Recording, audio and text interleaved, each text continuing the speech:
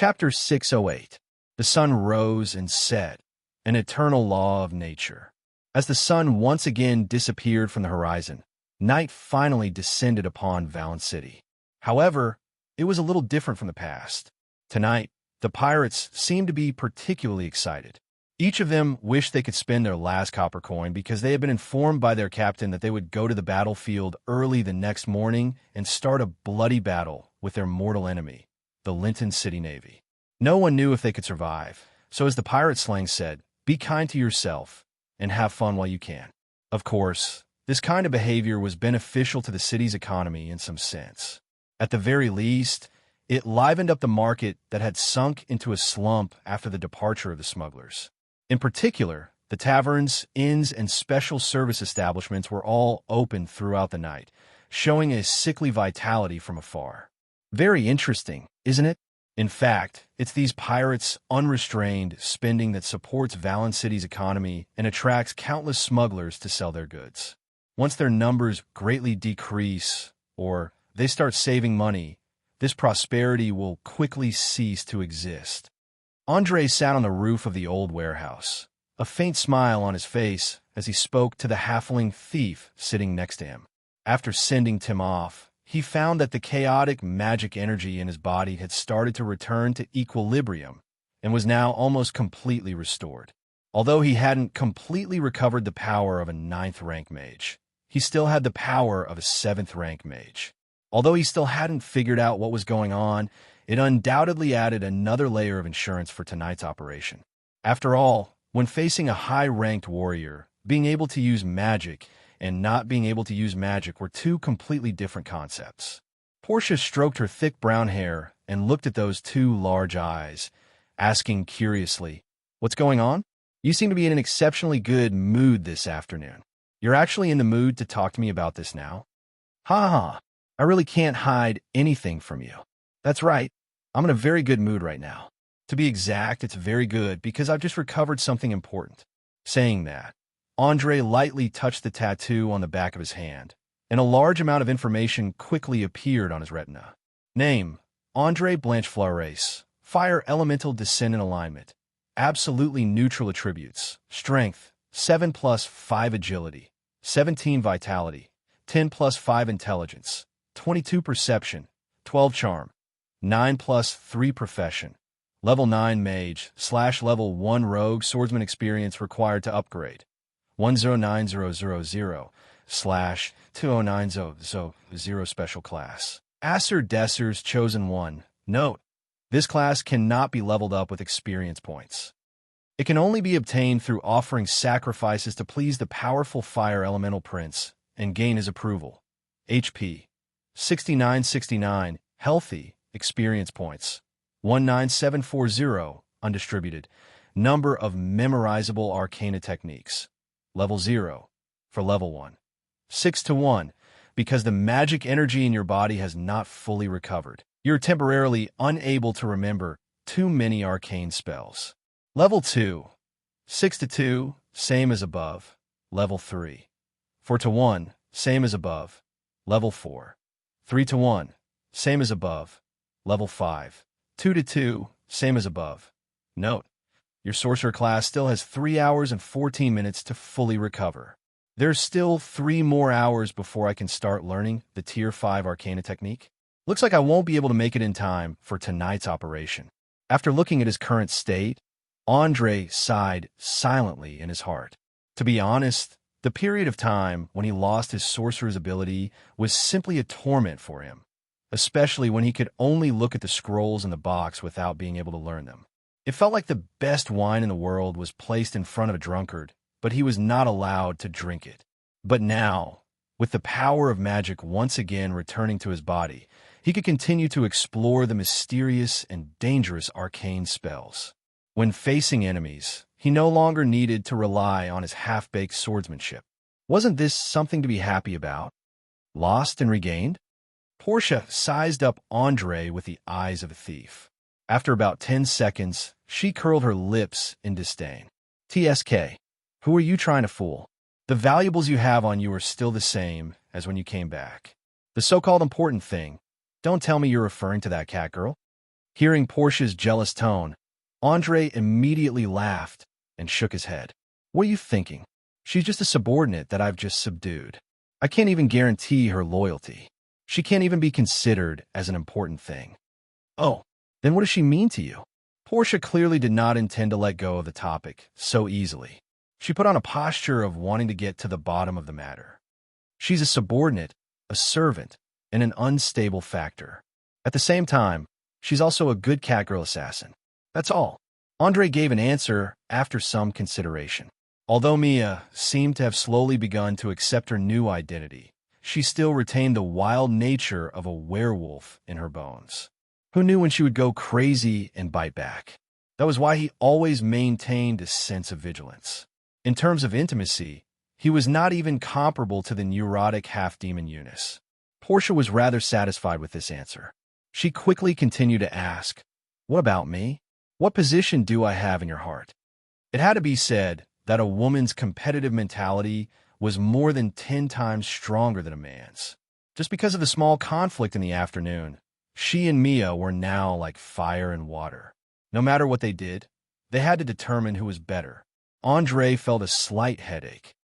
He rubbed his temples with a wry smile and replied, "You're my friend. You're my companion on an adventure. You're a trustworthy comrade." To be honest, if he could, he really did not want to get involved in the battle between the two women. But it was a pity that many things would happen even if one did not want to. Instead of avoiding it, it was better to cut the Gordian knot and resolve it once and for all. Wow, looks like my status is much higher than that smelly cat, right? Portia pretended to be cute as she blinked her eyes. Let's end this topic here. I won't fall for your trick. If I answer correctly, you'll immediately run down to Mia to show off. Then you'll quarrel for the rest of the night. Andre caressed the big-breasted Loli's head as he laughed heartily and exposed her verbal trap. Seeing that her scheme did not succeed, Portia slapped away Andre's hand and cursed softly. "Damn it, I hate smart people." Just as the two were joking around, a sea hawk suddenly flew across the sky and threw down a wooden cylinder that was as thick as a finger. It landed right in Andre's palm. He did not hesitate and immediately opened it to take a look. There were words written on it. "Honorable Web Weaver, the 8 legs are ready and waiting for your command." Chapter 609. Are we going to make a move? Glancing at the contents of the note, Portia immediately put away her cynical expression, replaced by seriousness and vigilance. She still hadn't forgotten the situation she had scouted last night, especially that terrifying warrior. Anyone would feel breathless at the thought of facing him head-on. Andre's eyes revealed a deep and wise light. He nodded without hesitation. "Yes, we're going to make a move. Go and inform Fiona and Mabel. I'm going to bring them to see the big scene." Understood. Portia did not ask why he wanted to bring the rookie siblings, nor did she ask who would be involved. She knew that she might be a little clever, but she would never be able to compete with him in the big picture. Moreover, after getting along with him for a long time, she gradually got used to following Andre's command. There were even a few times when she could not help but find time to talk about the strange things she found in the stolen jewelry. 10 minutes later, the fully armed Mabel and Fiona appeared in front of Andre. They were uniformly wearing freshly forged metal half-body armor, neck guards, knee guards, arm guards, and boots inlaid with iron plates on their feet. Mabel, who was the elder brother, held a heavy war hammer in one hand and a medium-sized shield in the other. He wore a fully enclosed helmet that could cover his entire face. He basically looked like a heavy armored warrior. He was dressed like this mainly because he could use the advantage of brute force. Moreover, using the warhammer did not require too much skill. He only needed to swing it and smash it down. It was simple and violent. As for the younger sister, Fiona, she held a small spiked mace in one hand and a portable small round shield in the other hand.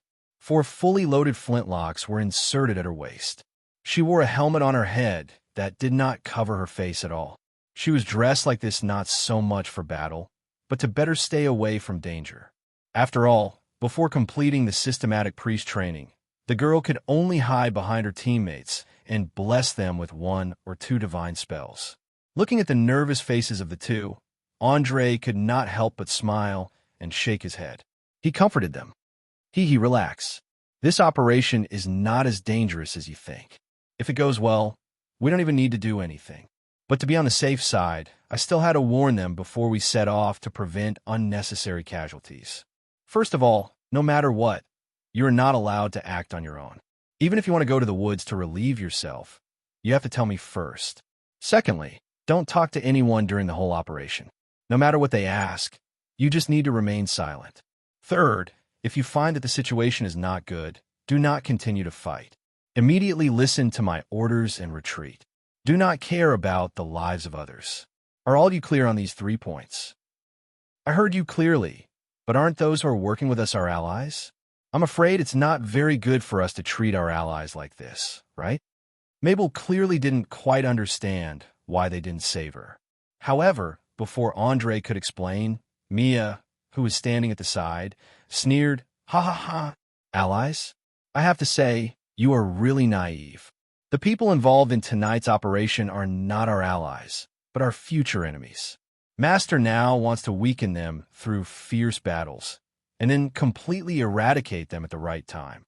You mean we have to join forces with a group of future enemies?" Mabel opened her mouth wide in surprise. With her pitiful intelligence, she couldn't understand the complicated situation at hand. Fiona, who knew a little of the inside story, immediately pulled her brother, indicating that he should stop foolishly asking questions. After dealing with the siblings, Andre turned his gaze to the feline girl who had a cold and murderous look in her eyes. He warned her in a very strict tone, "Mia, stay here tonight and don't go anywhere. Look after the captives in the basement. If I find out that you left your post without permission, you should know the consequences very well." He could see that her emotions were once again hovering on the edge of losing control. The anger of hatred devoured her mind. If the enemy appeared in front of her, she would definitely rush up and fight to the death. Ding-ling-ling. A melodious bell suddenly rang in the quiet warehouse.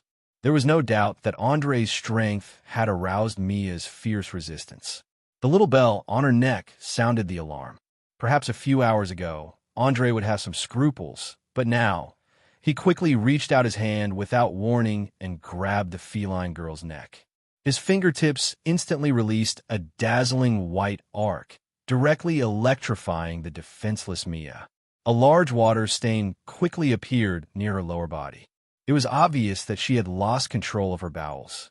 After recovering his sorcerer's ability, the Ring of Displacement Beast was no longer a simple decoration, but a powerful magic equipment. Not to mention the teleportation ability that made close combat professionals feel despair.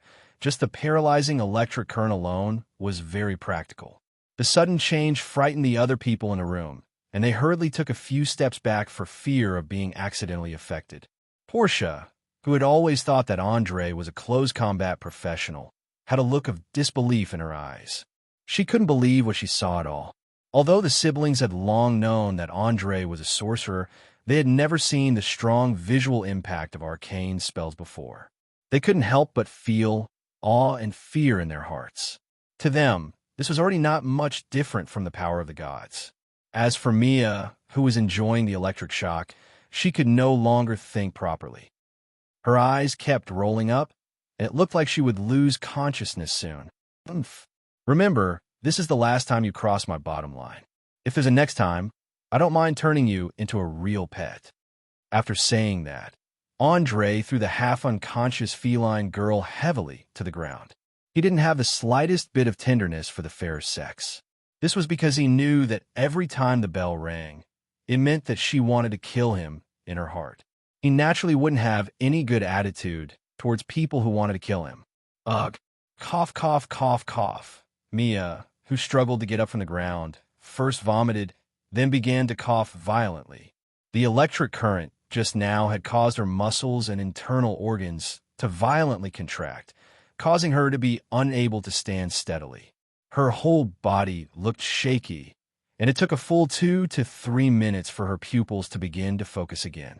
When she completely regained her consciousness and ability to think, she immediately retreated to the corner of the wall in horror. She looked like a kitten that had been provoked, or a helpless girl that was about to be violated. She cried out involuntarily, You're actually a sorcerer. How? How is this possible? Didn't the report say that you're a warrior with superb swordsmanship? Chapter 610. Information? Who gave you the information? Is it Kent? Ha ha. No. My dear Mia, that's just my disguise, a facade used to confuse the enemy. My real power comes from arcane magic, from knowledge, from the omnipresent energy. I'm a mage. After saying that, Andre stretched out his hands, and in just a few seconds, completed an extremely complicated spell casting movement and incantation. Instantly, a complex, circular pattern appeared on the ground, followed by a dazzling, colorful light. Soon, a monster with a mouth full of sharp teeth, a huge main eye, and 4 tentacle-like eye stalks appeared on the spot. It was his magic pet, the Eye of the Pearl. With the successful summoning, the magic pet's information quickly appeared on his retina. Name, Small Eyes Race. Pearl Eye, Magic Creature. Alignment, Neutral Evil Profession. Magic Pet Level 9. This creature's level increases as the Master's Mage level increases. Health points, 3434. Healthy, Special Abilities. Cold Ray, 24 shots per day. Damage Ray, 12 shots per day. Immune to Charm type, spells innate magic resistance, flying mastered specialties. Vigilance, Nimble Movement. It could be said that Small Eyes magic rays alone were enough to destroy an elite mercenary group of more than 30 people, especially the 12 rays of damage every day. Once a low-level close combat professional was hit, there was no chance of survival at all. As soon as the summoning was completed, Small Eyes, who hadn't seen its master for a long time, immediately flew over and cried out excitedly. From time to time, it used its meatball-like body to rub around, just like a spoiled child. Andre patted the magic pet's head lightly and comforted it with a smile. All right, I know you're a little lonely after not summoning for a long time. Pearl, I was an immature beholder. Although it was still an evil magic creature, its intelligence was very low, and its thoughts were very simple. Compared to the little demons that often killed their masters, their loyalty was unquestionable. Obviously, the appearance of the magic pet dispelled the last trace of doubt in everyone's mind. They finally believed that the young man in front of them was definitely a mage, and, judging from his small eyes and ferocious appearance, his level was definitely not too low. Fear. Mia felt fear from the bottom of her heart. In her childhood, she had been treated extremely cruelly and coldly by Uhtred. No matter how she resisted or tried to escape, it was all to no avail. This had left a severe psychological shadow in her, and she had developed an intense fear towards the mage profession. If her previous mentality was to pretend to obey and then find a chance to escape, then now she could only tremble helplessly. In just a few minutes, the unruly assassin had turned into a docile little animal. His entire body was curled up into a ball, and he even took the initiative to transform into a cat-human form. He looked quite pitiful. Just as Andre was about to say something, Portia had snuck over. She poked Small Eye's body with her finger and exclaimed, Wow, wow, wow. This was too surprising. What was this chubby monster?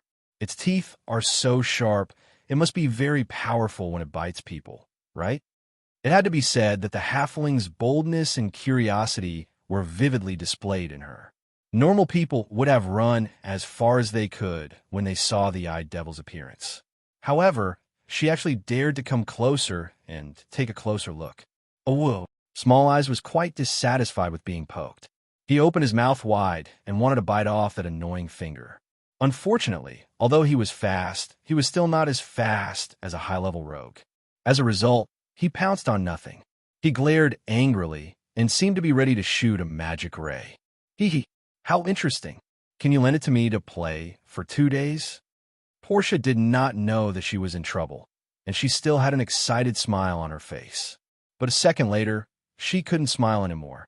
One of Small Eye's eyes suddenly released a strong white light. Immediately after, a cold energy flew out and went straight for the halfling rogue's chest. Fortunately, her reaction was fast enough, and her dexterity was high enough. She immediately rolled on the ground and barely avoided being hit directly. However, the rogue's tool bag hanging on her waist was not so lucky. It was directly frozen into a lump of ice by the ultra-low temperature. Looking at the battered and exhausted appearance of the big-breasted lowly, Andre hurriedly stopped the magic pet from chasing after her. He held back his laughter and asked, "How is it? Do you still want to borrow it to play for 2 days?" "Damn it, this little monster of yours is actually a magical creature?" Portia quickly jumped up from the ground and shook off the dust on her body. She stared at Small Eyes and cursed while gnashing her teeth. To be honest, if not for the fact that she was not mentally prepared beforehand, she would not have been so embarrassed. It was difficult to hit a nimble halfling rogue unless she continuously released rays. Ha ha, don't you know? Even if a mage's magic pet is an ordinary animal, it will gain some supernatural abilities the moment it becomes a magic pet. Take this as a lesson. I hope you will be careful the next time you meet a spellcaster. Also, don't put your hand in my pocket again. It won't be good if you trigger a magic trap. After saying that, Andre lowered his head and stared at the little hand that was fumbling around in his pocket. Due to the halfling's active nature, Portia had tried to steal something from him more than once. Although most of the time she returned without success, he felt that it was better to scare her. Otherwise, if she suddenly found that she could not find a magical item or scroll during a battle, it would be a big joke. Hee hee, this is a misunderstanding. I just felt that your pocket was a little messy and wanted to help tidy it up. Seeing that her theft was exposed again, Portia laughed dryly and retracted her arm, cleverly retreating to the side. After the halfling who was the most noisy quietened down, Andre turned his attention back to the cat girl in the corner. Perhaps his attitude was too rough, or perhaps the trauma of the past had surged into her heart again. In short, Mia's body was trembling more and more violently. Her furry, pointy ears were drooping down, and the fur on her tail was all standing up. She was breathing rapidly. As a transmigrator from the era of information explosion, Andre knew that this was a sign that one's nerves were stretched to the limit, so he did not continue to provoke her. Instead, he put on a friendly expression, squatted down, and asked softly, "Mia, tell me, will you make a similar mistake in the future?" "No, I won't. I promise there won't be a next time. I beg you. I beg you to let me go for the last time." Mia shook her head with all her might. She spoke quickly and anxiously, and there seemed to be a slight tremor in her voice. Chapter 611. Mia truly felt that her life was threatened this time. If the electric current had been a little stronger or lasted a little longer, it would have definitely caused her heart to stop. She would have completely lost her life in 3 to 5 minutes, and her soul would have left her body and gone to another world. There was no intelligent life in the world that did not fear death. Furthermore, she had personally experienced the feeling of impending death a few minutes ago. Normal people would definitely not experience that kind of cold and fuzzy pain again in such a short period of time. Very well, I'll let it go this time, but remember our previous agreement. Don't challenge my bottom line again and again, and don't have any thoughts of killing me. I believe we'll get along very well this way, right? Andre finished speaking and reached out to stroke Mia's furry ears, as though he was stroking his own pet cat. He did not have the slightest bit of respect for her at all. This was because he had already discovered Mia's most fatal weakness. At the same time, he also understood that it was far from enough to show such a person a friendly side. He had to brand fear and respect into the depths of her soul. Otherwise, she would never be completely subdued. Yes, Mia had completely lost her usual pride at this moment. The fear of death had shattered her self-esteem, and she allowed others to stroke her as though she was a pet. Live on. I must not anger this terrifying young man in front of me. This was the only thought left in her mind. However, she did not know what it meant to submit this time, nor did she know what kind of evil training plan Andre had formed in his mind. So obedient. I like obedient girls, and I like subordinates and servants who obey orders unconditionally. Accompany Little Eyes well, and take good care of the captive. Don't give me any more trouble. Although Andre's voice was soft, his actions were gentle, and the smile on his face seemed harmless. In Mia's eyes, this was the kindness of the devil. She even believed that if she did anything that disobeyed his orders, she would immediately be turned into a sieve by the terrifying magic rays. Seeing that fear had taken root and sprouted in Mia's heart, Andre did not continue to force her. He stood up and gave a few orders through the telepathic connection between a mage and his magical pet. He then said to the other three, "Looking at the time, we should be setting off. It's a new moon tonight, and I believe there will be rivers of blood later." "Huh, I've long been prepared. Let's go." The majestic Mr. Great Mage. After a brief moment of shock, Bordia quickly returned to normal. She didn't change her attitude because of her profession and joked around as usual. In contrast, the siblings' reactions were much more restrained. They put away their weapons in a slight panic, wrapped themselves in cloaks, and followed closely behind. The distance from the old warehouse to the outskirts of the city wasn't too far, but in order to avoid a few of the more bustling streets, they purposely took a big detour. After all, this was a sensitive period. If they walked on the streets fully armed, they would easily attract the attention of the underground guilds. Unless they were looking for trouble, as long as they weren't idiots, they would know to avoid them.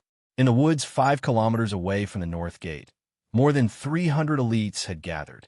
Among them were experienced mercenaries, fierce pirates, thieves who were proficient in stealth and assassination, and archers with heavy crossbows. They were the most elite forces of Shadow Net on this island, and each of them was led by the Seven Legs. Of course, Carmen, who had just joined, was still a general without an army. She didn't even have a single subordinate. However, at this moment, she attracted the most attention. Many energetic men already felt their pants swell, and the green light in their eyes was very scary. "Carmen, can't you change into something more normal?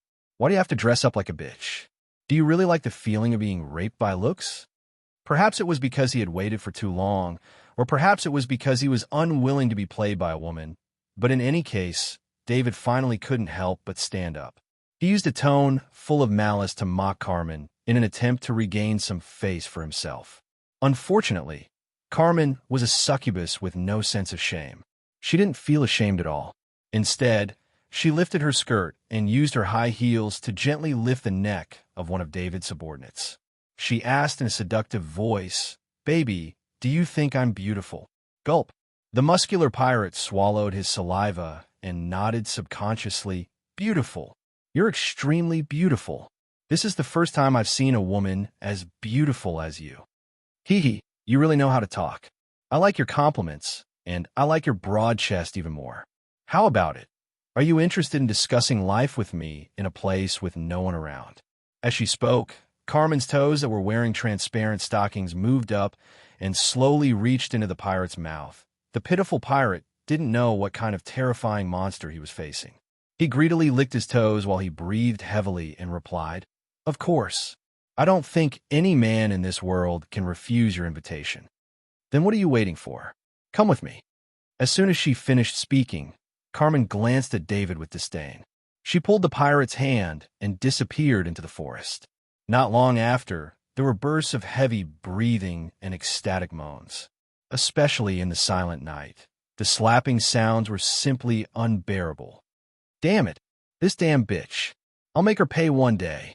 David pulled out his long sword and viciously slashed at the bush beside him to vent his anger. He was very clear that Carmen's actions just now were to humiliate him, and it was an undisguised humiliation. Not only did she lure away an important subordinate, but she also hinted that he was inferior to a pirate in certain aspects. How could anyone tolerate this? No man would tolerate such humiliation, but unfortunately, he knew that he was no match for her in a one-on-one fight. He could only vent his anger on the plants and trees. Just thinking about it made him feel aggrieved. Seeing David lose his composure, a trace of contempt appeared on Grace's face. She immediately whispered to her allies beside her, "I think we should be prepared to abandon this idiot. He's now completely in the palm of Carmen's hand. Not only is he unable to play his role, he might even drag us down." You're right. Let's wait until the naval battle is over. There are many young pirates who admire David's way of doing things, so he still has a lot of value. Kent was also quite dissatisfied with David's recent performance, but he knew that now wasn't the best time to get rid of him. Chapter 612. In the summer, the climate in the south was hot and humid. Coupled with the harassment of various mosquitoes, staying in the woods was a rather torturous thing.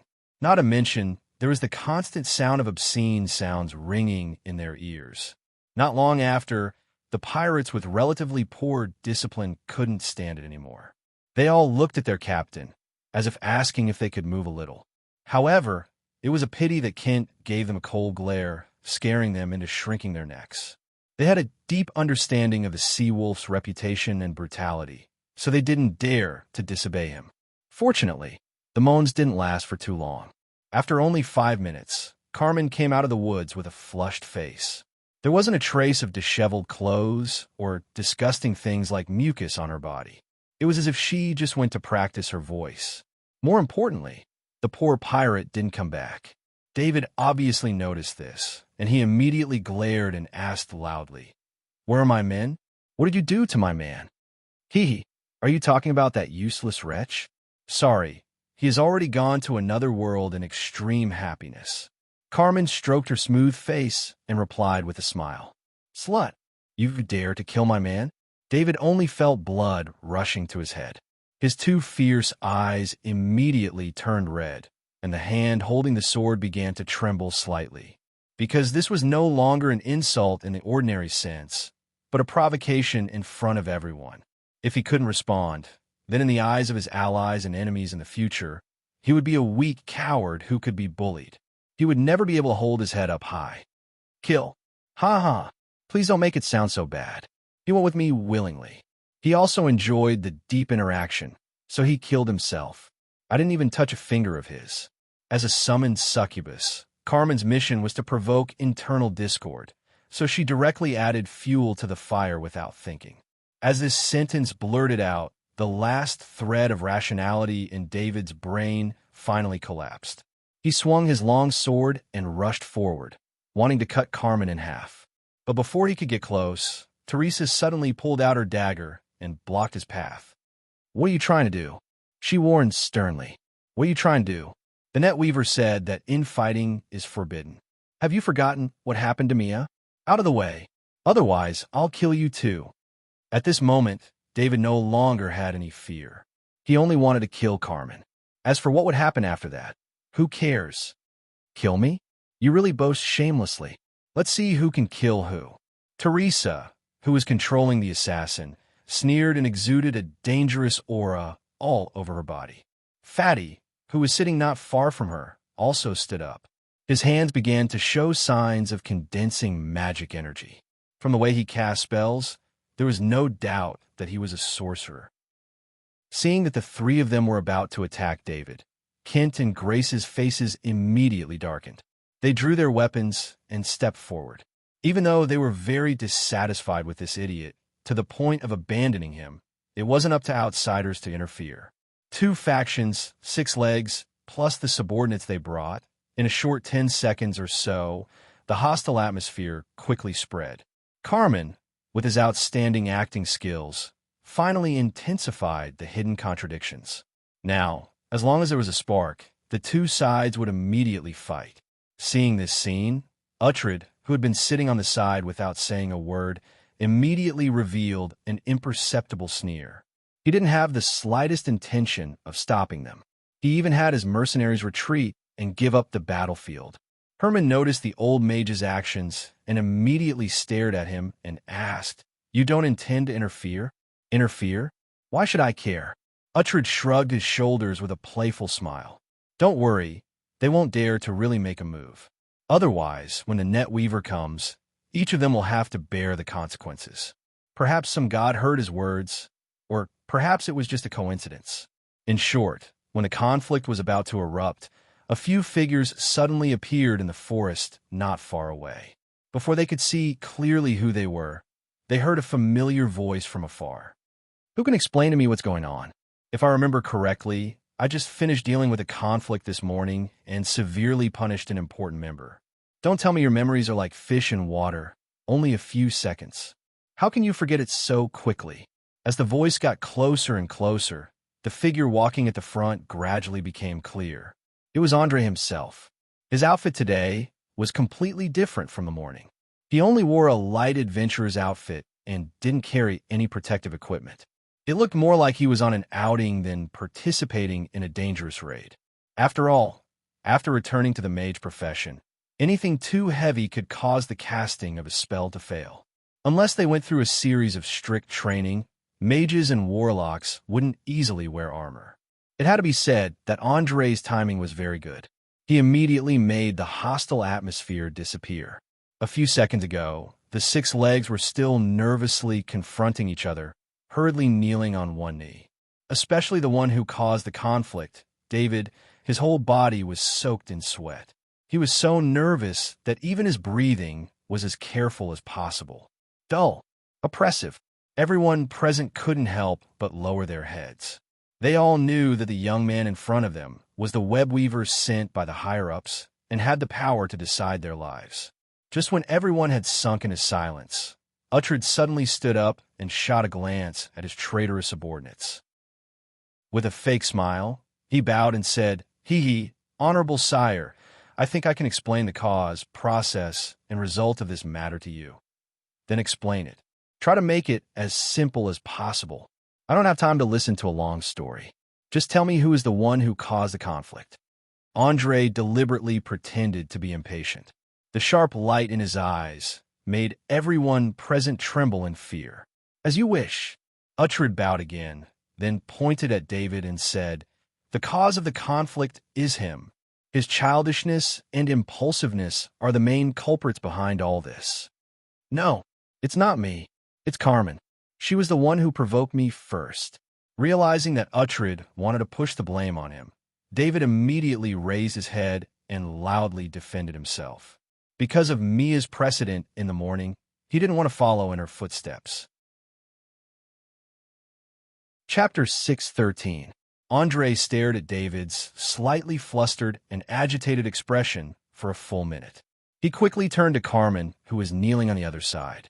"Madam, do you have any explanation for this accusation?" "Explanation? Why should I explain?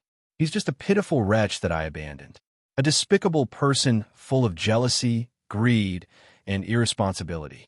I just found a strong man to have some fun with in the woods, and he was so angry that he wanted to kill him. Don't you think that a person who dares to cause trouble in the face of a powerful enemy should be severely punished?" The succubus was indeed a demon who was best at manipulating people's hearts. In just a short sentence, she displayed her ability to distort the truth to the fullest. Looking at David's face that was as red as a pig's liver, it was obvious that he was about to explode in anger. Not only was his teeth grinding, but the veins on his neck were also visible. He looked so ferocious that it was as if he was about to pounce and eat someone.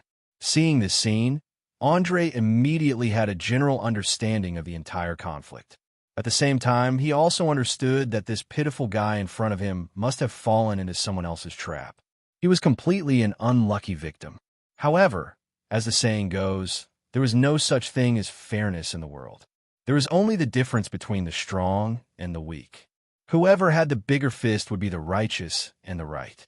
There was no doubt that the right and the right were on Carmen's side, and David had become a complete loser. Even his allies, Kent and Grace, were not willing to say a good word for him. At this point, Andre did not need to think too much. He smiled and spread out his hands. "Seems like the result is very obvious, isn't it? Dear David, I'm very sorry, but you're out." As soon as he finished speaking, the executioner, Herman, who had been waiting by the side, suddenly went berserk. He used his thick arms to tighten David's neck from behind. His muscles were as hard as a rock. No matter how hard David struggled, it was useless. In just a few minutes, David's legs fell to the ground and his eyes rolled back. Obviously, Herman did not intend to kill anyone. Seeing that David had fainted, he immediately released his arm and gave Andre a simple and honest smile. Then, he silently retreated to the side. His expression and actions were just like an honest farmer. It was hard to associate him with a cold-blooded executioner. "Thank you, Herman." Andre also nodded lightly at the brawny man. Immediately after, he turned around and asked Uhtred, "How do you think we should deal with David?" The old mage glanced at the unlucky fellow who was unconscious, and a sinister smile appeared on his wrinkled face.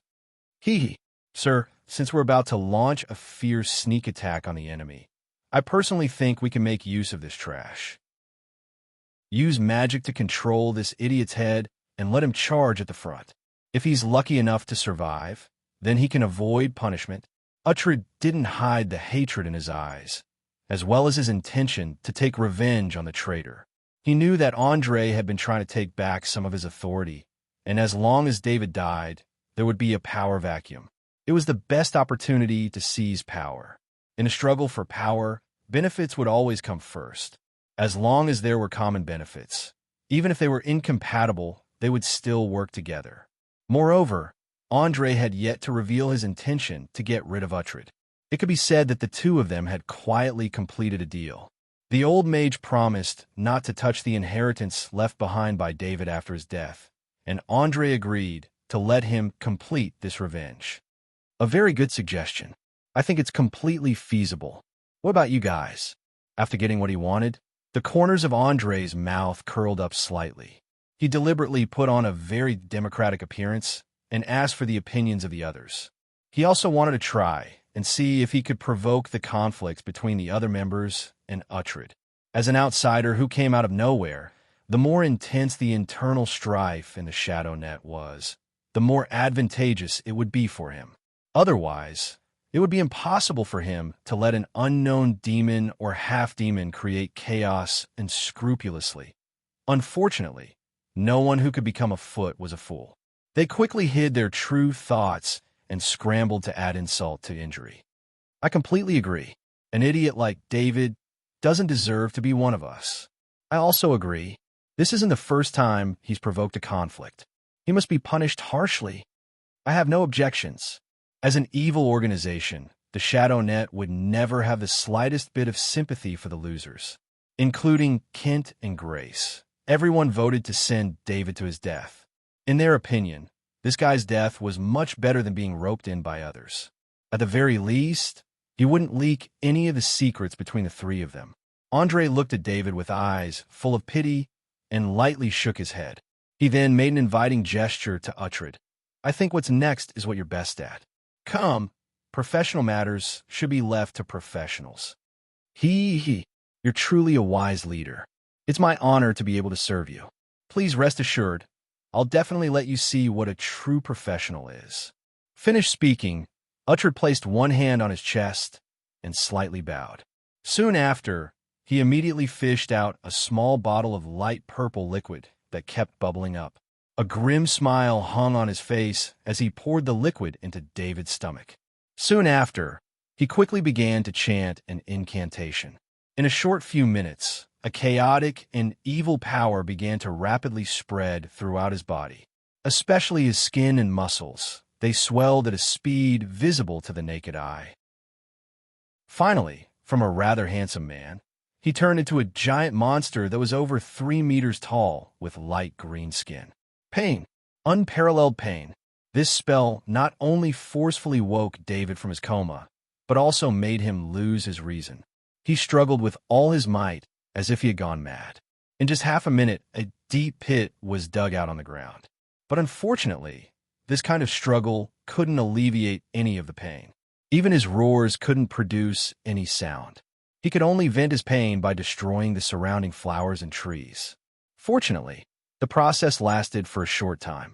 In less than 5 minutes, the fierce struggle began to slowly subside. After transforming, David seemed to have completely lost consciousness. He slowly got up from the ground and stood there with lifeless eyes. Saliva continuously flowed out from the corner of his mouth. Everyone present knew that even if he could survive the next battle, he would never be able to return to normal. Chapter 6:14. Ha. Look, what a perfect creation. I knew that Cecil's advanced potion wouldn't disappoint. A powerful warrior who doesn't feel any pain and is fearless. I believe that with him paving the way, our surprise attack will be much smoother. At the very least, the number of casualties will be reduced to a relatively acceptable number. Looking at David, who had been transformed by the unknown potion and magic, Uhtred opened his arms wide and laughed impudently. His two fierce eyes glanced at the others from time to time, the threat in them self-evident. However, his threat didn't have any effect. Kent, whose ambition had long since swelled, met his gaze without showing any weakness. Teresa was also playing with the dagger in her hand, as if she hadn't seen anything. The atmosphere became extremely strange for a moment. Of course, the pirates under David were even stranger. Each and every one of them were scared silly. They had never thought that their usually awe-inspiring captain would be transformed into a monster by magic just because of a single conflict. Their eyes couldn't help but reveal fear, afraid that they would end up in the same situation. Each and every one of them stood blankly in place, not knowing what to do. However, Andre didn't have the time to pay attention to these small fries. He immediately narrowed his eyes and asked Uhtred, "Cecil, are you talking about the necromancer who invented the ghost doll potion?" Without a doubt, this name had a special meaning to him. If there was something in Valen City that had to be destroyed, then Cecil and the magic potion he invented would undoubtedly be one of them. If Uhtred had some sort of close relationship with this guy, then Andre would have one more reason to get rid of him. "Are you talking about Cecil?" Of course I know him. To be exact, it was under my guidance that he developed such a cheap, yet shockingly effective magic potion. This bottle of potion is the latest advanced version developed through a large amount of experimental data. If you're interested, I can provide you with a little. Please believe me, this is absolutely the best choice for creating cannon fodder. Uhtred proudly displayed the results of his evil research, not noticing the murderous intent that flashed through Andre's eyes. He also didn't notice that the fingers hidden in his sleeves had started to twitch, almost unable to restrain himself from directly taking action. As a person who deeply understood the dark side of society, he was actually very clear that even in the information society with relatively high moral standards in his previous life, it was still filled with all kinds of horrifying tragedies. For example, a certain superpower that claimed to be free, democratic, and human rights had once used its own children to conduct all kinds of terrifying experiments, including radioactive ones. Many of the test subjects grew up and were affected to varying degrees, with some even becoming crippled. As for other countries, it was needless to say there would definitely be more and not less. Of course, when conducting these experiments, they would first conduct some screening, eliminating the descendants of the social elites, and then select the children living at the bottom of the social hierarchy. After all, they belonged to the disadvantaged group, and not many people would pay attention to whether they lived or died. Just like a sarcastic saying, there was no humanity between politicians and fanatical scientists. The former only cared about results. As long as they could achieve their ultimate goal, they did not care how many people died. The latter could even sacrifice themselves in order to uncover the complicated principles, let alone others. Understanding was understanding, and accepting was accepting. This kind of approach was precisely what Andre couldn't accept. In his previous life, he was only an ordinary person and didn't have the strength to retaliate against the state. He could only curse a few irrelevant words in private. But now that he had a powerful supernatural power, he naturally wouldn't choose to continue enduring. Perhaps Uhtred still didn't know that he had stupidly offended an extremely sensitive nerve. Soon, he would pay a disastrous price for it. Silently taking a deep breath, Andre forced himself to calm down. He quickly adjusted his mood and nodded lightly. "Of course, please be sure to provide a few more bottles. You must know that I'm currently in need of a large amount of cannon fodder." He knew that now wasn't the time to act, at least not before the Pirate Alliance and the Underground Guild were destroyed. "Please rest assured, after I return, I'll have Cecil immediately produce a batch and send it to you." However, this kind of advancement medicine has a very high requirement for the user's physical fitness. At the very least, one has to be a melee fighter of rank 5 or above. I'm afraid it won't be easy to find. Uhtred thought that the other party had taken a fancy to the effects of the medicine, so he patiently explained the specific details. It seemed like he was trying to curry favor with the other party, but it also seemed like he was trying to display his strength. Perhaps Andre's sudden change in attitude and stance gave him the misconception that he was about to be put in an important position. He did his best to display his ability in an attempt to leave a good impression. It doesn't matter. After a while, the war will officially begin. At that time, there will definitely be a considerable number of enemies. Don't you think that turning them into cannon fodder is a very worthwhile thing? Andre deliberately concealed his killing intent and asked with a smile. Using enemies to kill enemies. There's nothing crueler than this in the world. Your wickedness and wisdom leave me in the dust. Uhtred hurriedly bent down and bowed with one hand on his chest, flattering him without batting an eyelid. As a mage, especially one who frequently played with schemes and plots, how could he not think of using enemies to create cannon fodder? The reason why he said this was merely a communication technique to close the distance between them. Andre pretended to be impatient and waved his hand. All right, I've already repeatedly emphasized that compared to verbal praise, I prefer to see actual actions. Now that the trouble has been dealt with, let's begin the attack. I can't wait to hear the screams and wails of the enemies. As you wish. Uhtred didn't say any more superfluous words. After bowing once more, he immediately raised his hand and made a gesture to attack. David, who had transformed into a monster, let out a beast-like roar and immediately jumped up, madly running towards the distant cave. Along the way, he knocked down countless trees and forcibly opened up a small path in the underbrush. The elites from the Karyamir mercenary group followed closely behind. Not only were they fully armed, but they also carried ballistas and ladders that were usually used in sieges. It was obvious that they were going to storm the city. The others were clearly unwilling to let Uhtred steal the limelight and immediately had their subordinates follow, especially the assassins under Teresa's command. In the blink of an eye, they cleaned up the hidden sentries hidden in the treetops. The whole process didn't make the slightest sound. The assassins neatly stabbed their daggers into the enemy's back, so suddenly that the enemy didn't even know how he died.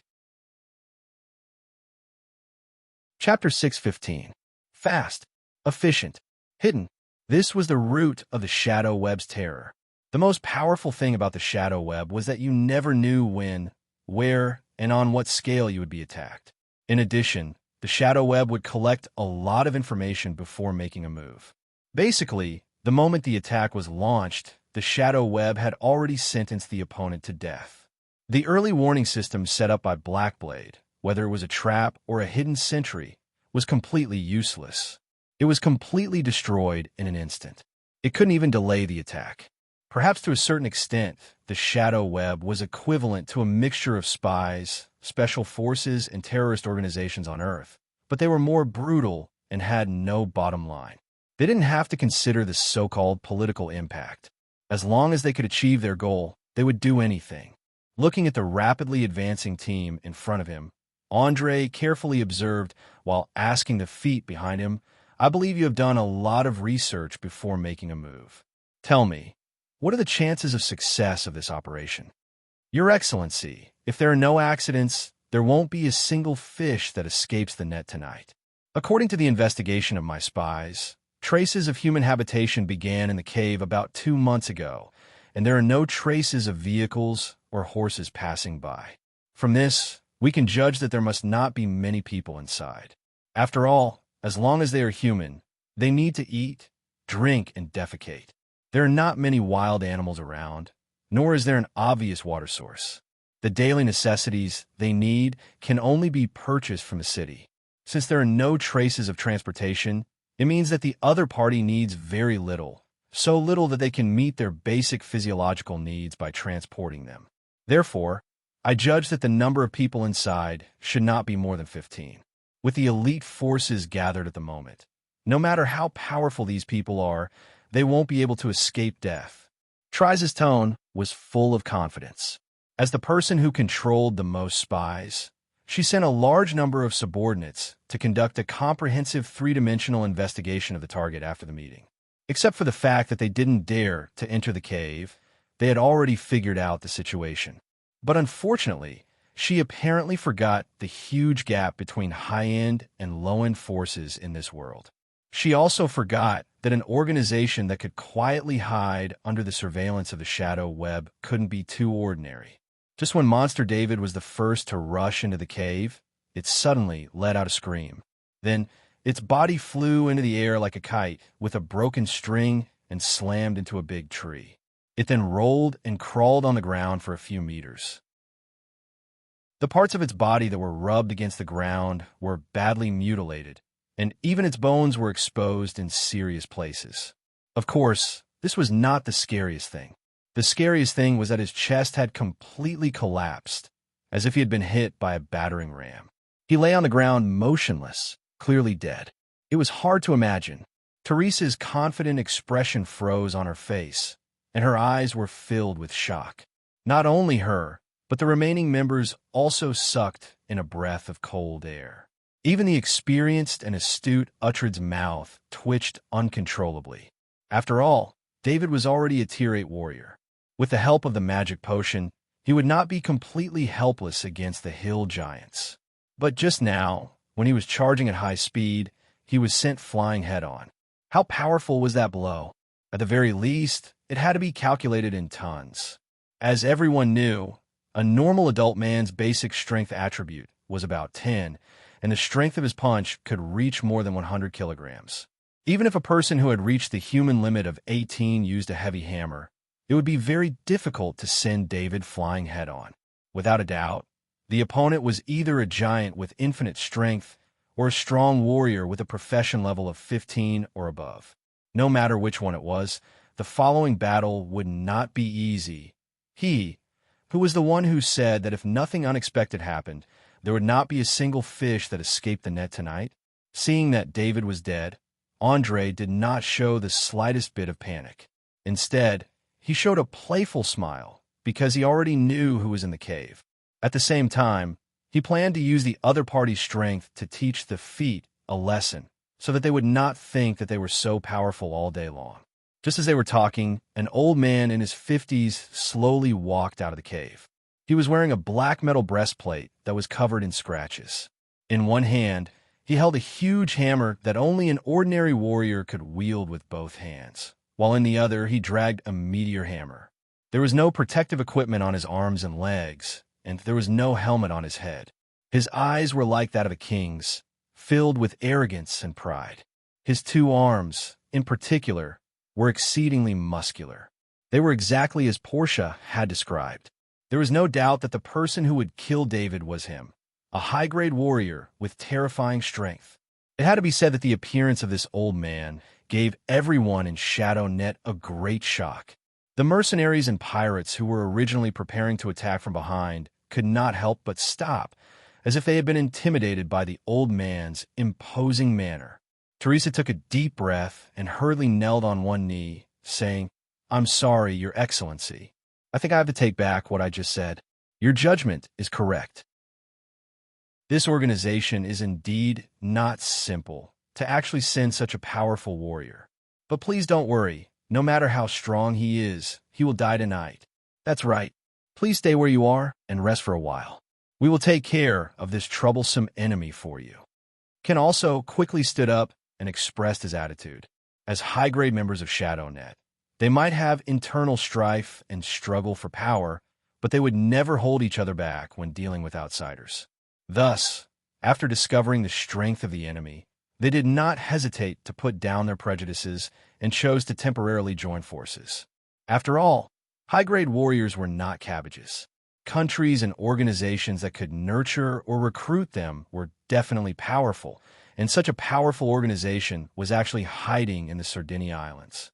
They were definitely a formidable opponent of ShadowNet. He is only a lowly warrior. There is nothing to worry about. I will let him know that in the face of magic, the weapons and muscles he is so proud of are of no use. After saying that, Uhtred let out a sneer and quickly completed the invisibility spell disappearing without a trace in an instant. With the appearance of a powerful enemy, the feet of Shadow Net finally no longer held the attitude of watching a show. Each of them took out their special skills and personally took the lead in launching an attack. With their encouragement, the mercenaries and pirates regained their courage and shouted as they swarmed forward, intending to make full use of their advantage in numbers and kill the enemy in one fell swoop. Chapter 616. Oh, these idiots are really stupid. They actually want to use the human wave tactic against a high-ranked warrior. Don't they know that to a high-ranked warrior, ordinary enemies are just annoying flies no matter how many there are? A single slap can kill several of them. Seeing that the strangers around her had left, Portia, who had been silent for a long time, immediately held her forehead and groaned. Although she still didn't know what kind of organization the Shadow Web was, and why they obeyed Andre's orders, she was very clear about one thing. If they continued fighting like this, a bloody scene would soon appear. However, Andre obviously didn't care too much about the number of deaths, so he sneered and asked, "Why do you think these cannon fodders are swarming? They're just expendable items to distract the opponent. As long as they can achieve this goal, it doesn't matter even if they all die. Remember, before these people are all dead, we're just spectators. We won't participate at all, understand?" Portia shrugged her shoulders indifferently. "No problem. I'm relieved to hear you say that. You should know that there are usually only two results when a powerful warrior above level 15 collides head-on. One is to be directly crushed by the violent power, and the other is to succeed in killing him. I personally think that with our current fighting strength, the first result is more likely." Haha, don't be so pessimistic. You forgot that warriors have a lot of limitations. Before they break through to the legendary realm, they rely heavily on weapons and armor. Moreover, I don't think they can survive a sneak attack from a sinister mage. Andre laughed and explained the flaws of warriors to the halfling, at the same time expressing his opinion on the outcome of the battle. From his relaxed tone, one could tell that he was full of confidence in this operation and didn't think that the opponent could turn the tables. The reason was simple. Warriors were naturally at a disadvantage when facing spellcasters, especially pure-blooded humans. They had no ability to see through invisibility, nor did they have a way to close the distance in an instant. They could only rely on the strength of their legs to run and jump. To a mage who had grasped a grade 5 arcane spell, this sort of gap was fatal. They could easily maintain a safe distance and toy with their opponents until they died.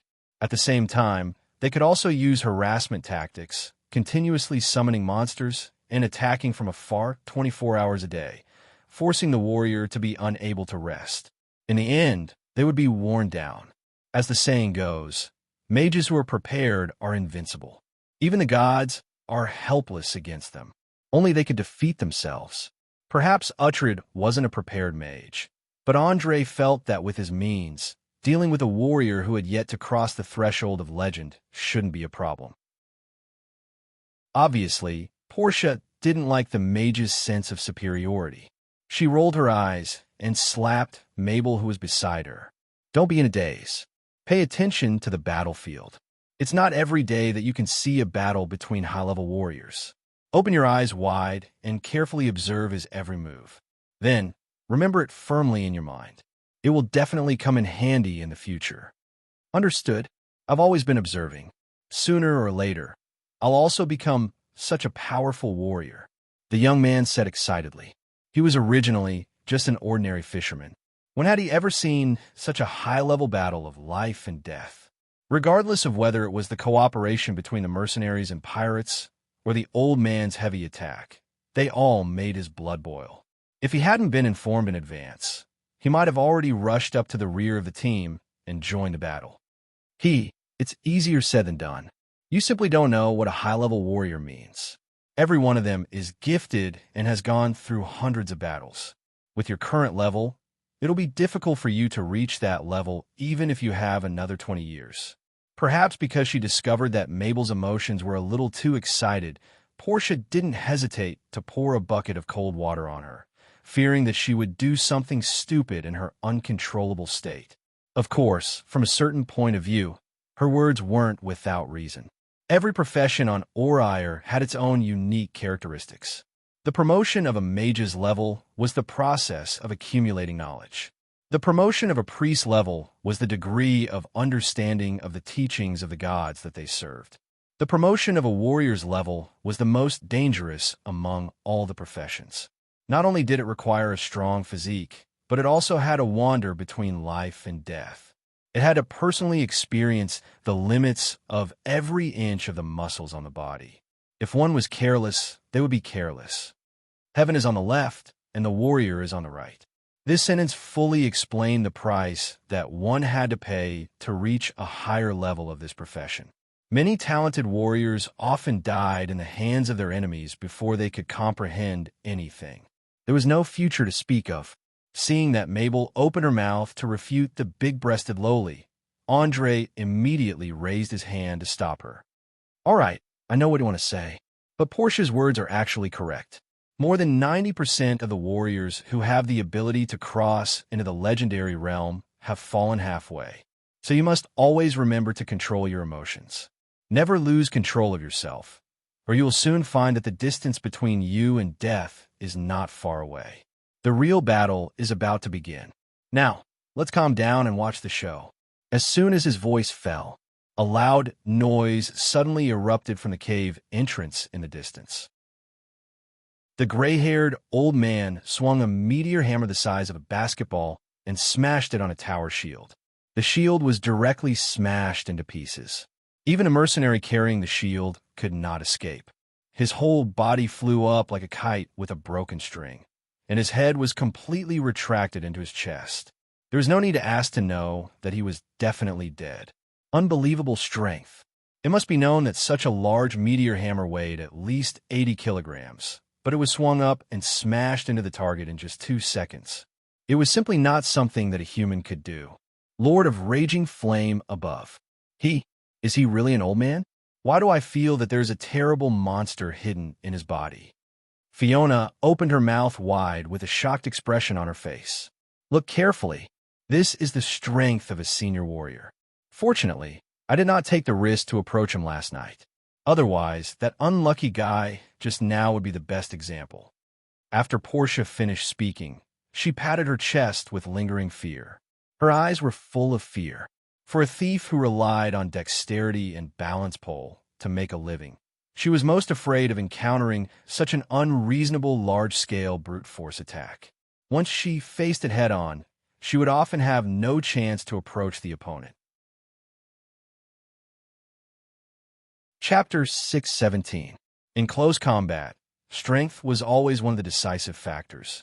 It was much more important than agility, intelligence, wisdom, and physique. As the saying goes, one strong man could defeat 10 skilled men.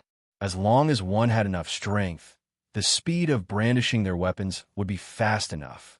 Even if the enemy had a shield, it would be useless. With a hammer smashing down, it didn't matter if you were wearing armor or not. You would be turned into a meat patty. There was no chance to dodge or block. Unless the number of cannon fodders was enough to exhaust the opponent to death, the human wave tactic was simply murder. But unfortunately, as an evil organization, the senior members of the Shadow Net didn't care about the lives of their subordinates. They were very clear about the threat of a high-grade warrior, so they still let the mercenaries and pirates rush forward. Even if it was to exhaust the enemy's strength, it was still good. Ha ha ha ha! Come on, give me more. I like blood. I like the feeling of a hammer smashing into flesh. The unknown old man laughed wildly while constantly brandishing his weapon, setting off a foul wind and a rain of blood. Especially after the meteor hammer was raised, no one could get close. If they weren't careful, they would be smashed into meat patties. In just a few minutes, at least 20 people lost their lives, and more than 10 people were seriously injured. Blood, minced meat, organs, piles of mutilated corpses. There were also the screams and wails of the wounded. He fully displayed the attribute of a high-grade warrior being a battlefield meat grinder. Generally speaking, under the premise that there was no equal opponent or spellcaster, it was almost impossible to stop the massacre in front of them. Looking at half of his subordinates dying in the blink of an eye, Kent's face began to turn ugly. Those were the elites he had carefully cultivated. Basically, all of them had a professional level. But now more than half of them had died at the beginning of the battle. What was even more infuriating was that they didn't have any effect at all. He simply didn't dare to imagine that if he rushed forward at this time, would he also become a corpse? The feet of the Shadow Net finally realized how powerful the enemy they were about to face was. Even Uhtred, who had always looked down on close combat professions, became cautious and hesitated to launch a sneak attack. If his spell was resisted, he would immediately become the primary target. Although it wouldn't necessarily be too dangerous, no one was willing to risk their life. With such selfish thoughts, the 7 of them could only watch as wave after wave of their subordinates rushed to their deaths. No one was willing to take the initiative to step forward. The strange scene continued until the last mercenary fell. The old man didn't care that there were people staring at him. He casually swung his hammer and smashed it on the mercenary who was still alive. Dark red blood splattered everywhere. His mental state was completely different from that of an executioner who had just killed nearly 100 people. He was as relaxed as if he was taking a stroll after a meal. Even his breathing didn't change at all. After flattening the head of the last unlucky bastard, he wiped the blood off his beard and said provocatively with a smile, "What? You've been standing there for a long time. Don't tell me you don't want to do anything. Oh, I know. You must be observing my weakness. You must be observing if I'm tired, right? Unfortunately, those guys just now are too weak. Killing them all could only be regarded as a warm-up. You guys are the real feast tonight. You know, I actually don't care who you are, what organization you belong to, or what purpose you have. In any case, you will all die here in the end. No one can escape. For the organization I work for, anyone who tries to interfere with the implementation of the plan or poses a threat to the plan must be cleaned up." It had to be said that the old man's words were quite arrogant and conceited. He didn't put anyone in his eyes at all. He was just short of pointing at the nose and saying that the members of the Shadow Net were trash and cowards. Kill us all? Just by yourself? I really don't know where you get your confidence from. Old man, I advise you to stop boasting. Put down your weapon and surrender obediently. Otherwise, we will let you experience what it means to live a life worse than death. Teresa sneered and threatened. Of course, this kind of threat was obviously strong in appearance, but weak in reality. It would be strange if it could scare people. She did this more to provoke the old man and see if she could get some useful information from him. As a warrior who advocated action over thinking, the old man obviously didn't like to talk too much nonsense. He ignored Teresa's provocation and just glanced at her contemptuously. Then, he exerted force in his legs like an angry bull. His momentum alone made people feel that he was invincible. Damn it! Seeing this, Teresa immediately cursed in a low voice, turned around, and ran away. Her profession wasn't good at frontal combat, and the difference in strength between the two was too great. If she didn't run, she would definitely be smashed to death by the heavy hammer. She wouldn't throw away her life for so-called face. The old man obviously didn't expect that the opponent who was shouting a second ago would run away a second later. He was stunned for a while before bursting into laughter. Ha ha ha ha ha. Interesting, really interesting. Is this what you mean by living a life worse than death? Are you going to make me laugh to death? Seeing Teresa being laughed at, Kent suddenly felt very embarrassed and shouted angrily, "Enough! Who are you? A warrior of this level can't be unknown. Tell me your name. I will cut off your head with my own hands. You want to know who I am?" The old man smiled playfully and touched the beard on his chin. Then he said in a slightly vicissitude tone, "I've been hiding in the dark for too long. I'm afraid no one will remember my name. But there's no harm in telling you. My name is Sam Ainmay." Hearing the other party's name, Kent's pupils shrank instantly. At the same time, he muttered in a surprised tone, "Weapons Master, Sam Ainmay. I didn't expect you to still be alive." As the leader of an evil intelligence organization, how could he not know the name Sam? Sam was the most outstanding warrior in the South for nearly 20 years. He showed unparalleled talent at a young age. At the age of 21, he defeated a giant with his violent fighting skills. At the age of 28, he couldn't find an opponent who could match him. At the age of 30, he suddenly disappeared for unknown reasons. There were rumors that this genius warrior had died. There were also rumors that he had left the South to find a stronger opponent. But who would have thought that this person who had disappeared for more than 20 years would actually appear in front of him today? Moreover, he was in his 50s or 60s and still maintained incredible fighting strength. He didn't look like an old man at all. Chapter 618. Weapon Master was actually not a title, but a special advanced warrior profession. As the name suggested, the user could use weapons to perfection, just like their own arms. However, due to the need for extremely high talent and the guidance of a famous teacher, there were very few of them. Every time one of them appeared, it would cause a sensation in the surrounding area. To become a weapon master, one had to be at least a 6th-level warrior and learn a lot of skills, such as attack and defense, whirlwind attacks, dual-wielding proficiency, two-handed weapon proficiency, flexible movements, jumping attacks, and so on. There could not be any mistakes in the whole learning process, or it would take several times more time to correct and adjust. Generally speaking, without guidance, most warriors would not be able to complete the advancement within the 10th level, let alone complete such difficult learning and training before the age of 30. But Sam was different. He was a true genius. At the age of 12, he had completed all the courses and became a true first-level warrior.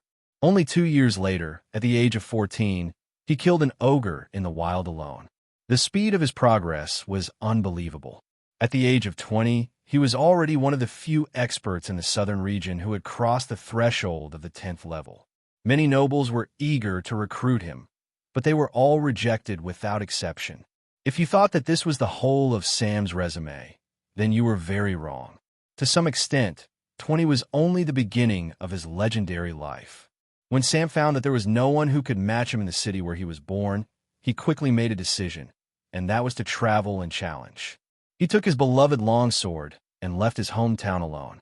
Following the plan he had made in advance, he went from town to town. Every time he went to a place, he would ask about the most famous warrior there, and then he would directly challenge them, improving himself through fighting with all kinds of opponents.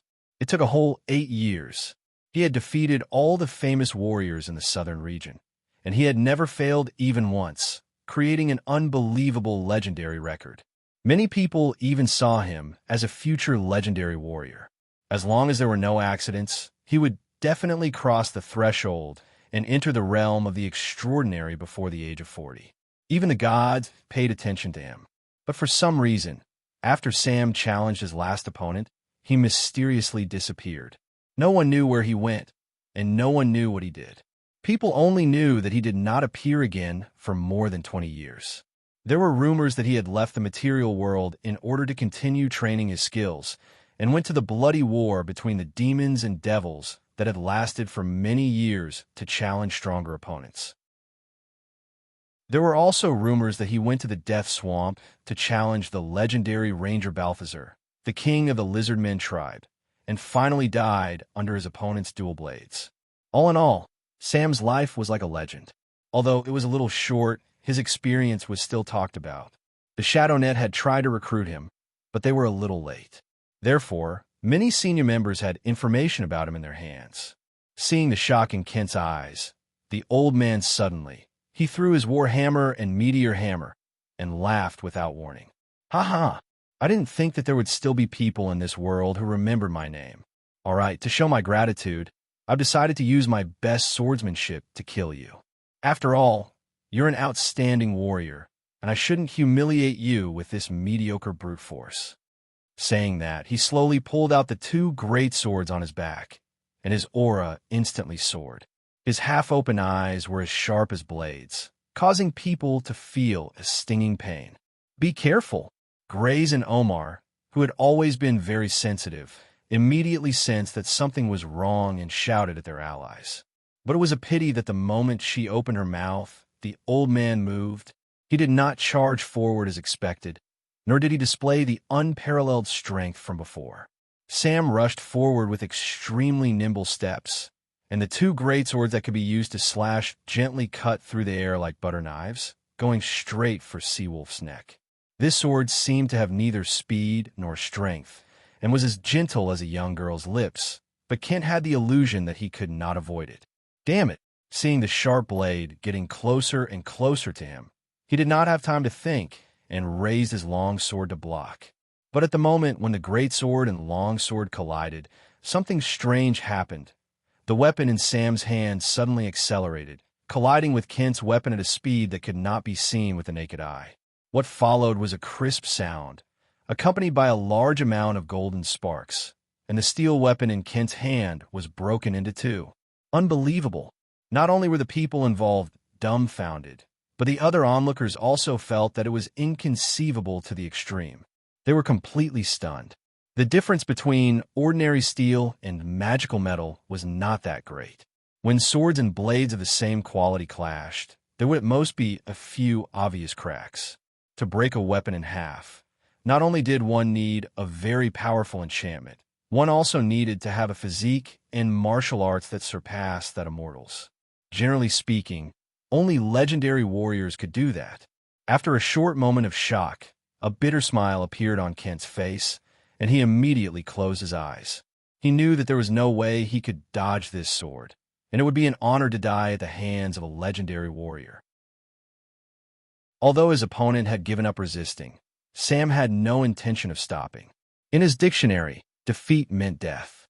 A true warrior did not need pity, much less forgiveness. The winner lives. The loser dies. This was the principle that he had comprehended over the past few decades.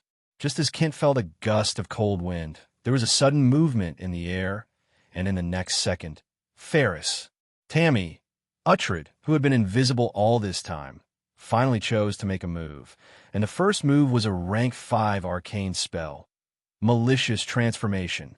Once this spell took effect, it could turn the target into a harmless small animal, such as a rabbit, frog, bird, insect, and so on. Moreover, the duration was permanent. Unless someone helped to break the spell, the target could only live in another form for the rest of their life. The moment the spell was completed, a dazzling green magical aura surrounded Sam, quickly squeezing his body. Powerful magical energy began to penetrate his skin and permeate into every cell, then corroding the energy existing in his body. If it succeeded, then his life essence would change. If it failed, then the spell would be resisted. Chapter 619. Without a doubt, a level 5 arcane spell was dangerous. It was so dangerous that even a powerful warrior like Sam didn't dare to let his guard down. He immediately shifted his focus from killing his opponent to his own body, quickly mobilizing the strength in his muscles and blood to resist. As a high-ranked warrior, his cells had long since developed magic resistance, and he wouldn't be as easily affected as a normal person. Because of his distraction, the sword that he had been so determined to kill had a change in direction, and he could no longer maintain his speed. Seeing this, Kent blocked the attack with his left hand without hesitation. Then, he rolled a few meters away and managed to escape the attack. Although his life was saved for the time being, for fingers on his left hand had been neatly cut off. The intense pain made him groan. In just a few seconds, his forehead was covered with sweat, and his mouth was gasping for breath. Grace didn't say anything else, and immediately ran over to hand him a bottle of healing potion. Here, drink it quickly. Thanks, I owe you one. Kent knew that now wasn't the time to be polite. He pulled out the cork and gulped down the light blue potion in one breath. In the blink of an eye, the bleeding wound healed quickly. Although the broken fingers didn't grow back, at least he wouldn't die from excessive blood loss. After escaping from the shroud of death, he hurriedly took a few deep breaths, forcing himself to calm down. However, no matter how hard he tried, he couldn't calm his wildly beating heart. As a typical ambitious person, this was the first time Ken had been so close to death. If the spell had been half a second slower, his head would have been separated from his neck, and he'd become a headless corpse. His brain was completely out of control, and the scene just now replayed over and over again. Asterisk slap. Seeing Kent's strange state, Grace didn't hesitate and gave him a fierce slap on the face. She sternly reprimanded, "Bastard, wake up. We don't have time for you to be in a daze. Pick up your weapons and get ready to fight." The weapons master, Sam, isn't an easy enemy to deal with. Tonight, we might all die. I know. Of course I know he's not easy to deal with. Perhaps it was because of the slap. Kent finally came back to his senses. He bit his lower lip hard and struggled to stand up. But before he could stand firm, someone suddenly flew toward him and knocked him to the ground again. Due to inertia, the two of them rolled a few times on the uneven ground. Their faces and arms were scratched by the small stones on the ground. Fortunately, there weren't any large stones, otherwise they would have been badly bruised. What bad luck! I must have been cursed by the goddess of misfortune. Cursing inwardly, Kent forcefully pushed away the person on top of him. Taking a closer look, it turned out to be the executioner Herman. The burly man's lung had been stabbed by a sword, and blood was flowing out of the wound. In addition, several of his ribs seemed to have been broken, and the situation was very dangerous. The reason was very simple. While the two of them were talking, the other legs of the shadow net took advantage of the old man's distraction to launch a siege attack. But they obviously forgot that the weapons master was proficient in whirlwind attacks. Not only did the siege not have any effect, two of them were seriously injured on the spot, and one of them was the executioner Herman. Kent glanced at the blood on his hand and frowned. Without raising his head, he asked, "Do you still have any healing potions?" "What? You want to save him?" Grace subconsciously asked. She completely didn't understand what her ally wanted to do. "That's right. I want to save him. I believe you just saw how frightening the enemy is. I even suspect that Sam has already crossed the threshold to become a legendary warrior. Right now, we must stop all internal fighting, otherwise." Before Kent could finish speaking, he suddenly saw Uhtred's palm erupt with a dazzling light. His eyes instantly felt a stinging pain, and then he couldn't see anything. He didn't need to ask to know that this was definitely a rank 0 spell, Flash. Anyone who stared at the light would be temporarily blinded. As a powerful mage, Uhtred was very clear that the bodies of high-level warriors often had very high magic resistance. Although rank 5 arcane spells were powerful enough, it was hard to guarantee that they wouldn't be resisted. If he could interfere with the opponent's will, then the chances of success would be higher. A mage! A mage has actually appeared. Ha ha ha ha ha! This is simply too delightful. You know what I hate the most of you magic casters who think you're so high and mighty? Sam laughed sinisterly as he rushed in Uhtred's direction. He was clearly not an ordinary warrior. Even if his eyes couldn't see anything, he could still determine his position by sound. Moreover, when he ran, he didn't trip on the roots and vines at all. After discovering this, Uhtred's expression changed greatly. He gnashed his teeth and cursed in a low voice. Damn it! He's actually proficient in blind combat. This is troublesome. If all the mages in Orire were to vote for the most unpopular warrior specialties, then blind combat would definitely be at the top of the list. This ability allowed a warrior to rely on their hearing, smell, touch, and sixth sense to identify the opponent's position and movements in a situation where they lost their sight. It could be used to avoid the interference of many illusionary spells, directly targeting the mage's fragile body. Seeing the enemy getting closer and closer to him, Uhtred knew that it was impossible to dodge. Without hesitation, he activated the rank 4 arcane spell he had prepared beforehand, Stone Skin. In a short second, his body was covered with a thick layer of granite. Ordinary swords and knives would probably only leave a white mark on him at most. After doing all this, the old mage didn't stop. Instead, he continued to take out a magic scroll, activating the spell on it as quickly as possible. Following a brilliant flash of red light, raging flames ignited around his body. Although the temperature was astonishing, it didn't harm a single hair on the mage's body. This was another rank 4 arcane spell, Flame Shield. Any living thing that approached would suffer a terrible burn. Obviously, Uhtred used himself as bait to create a sinister trap. As long as Sam rushed forward, he would instantly suffer from the raging flames.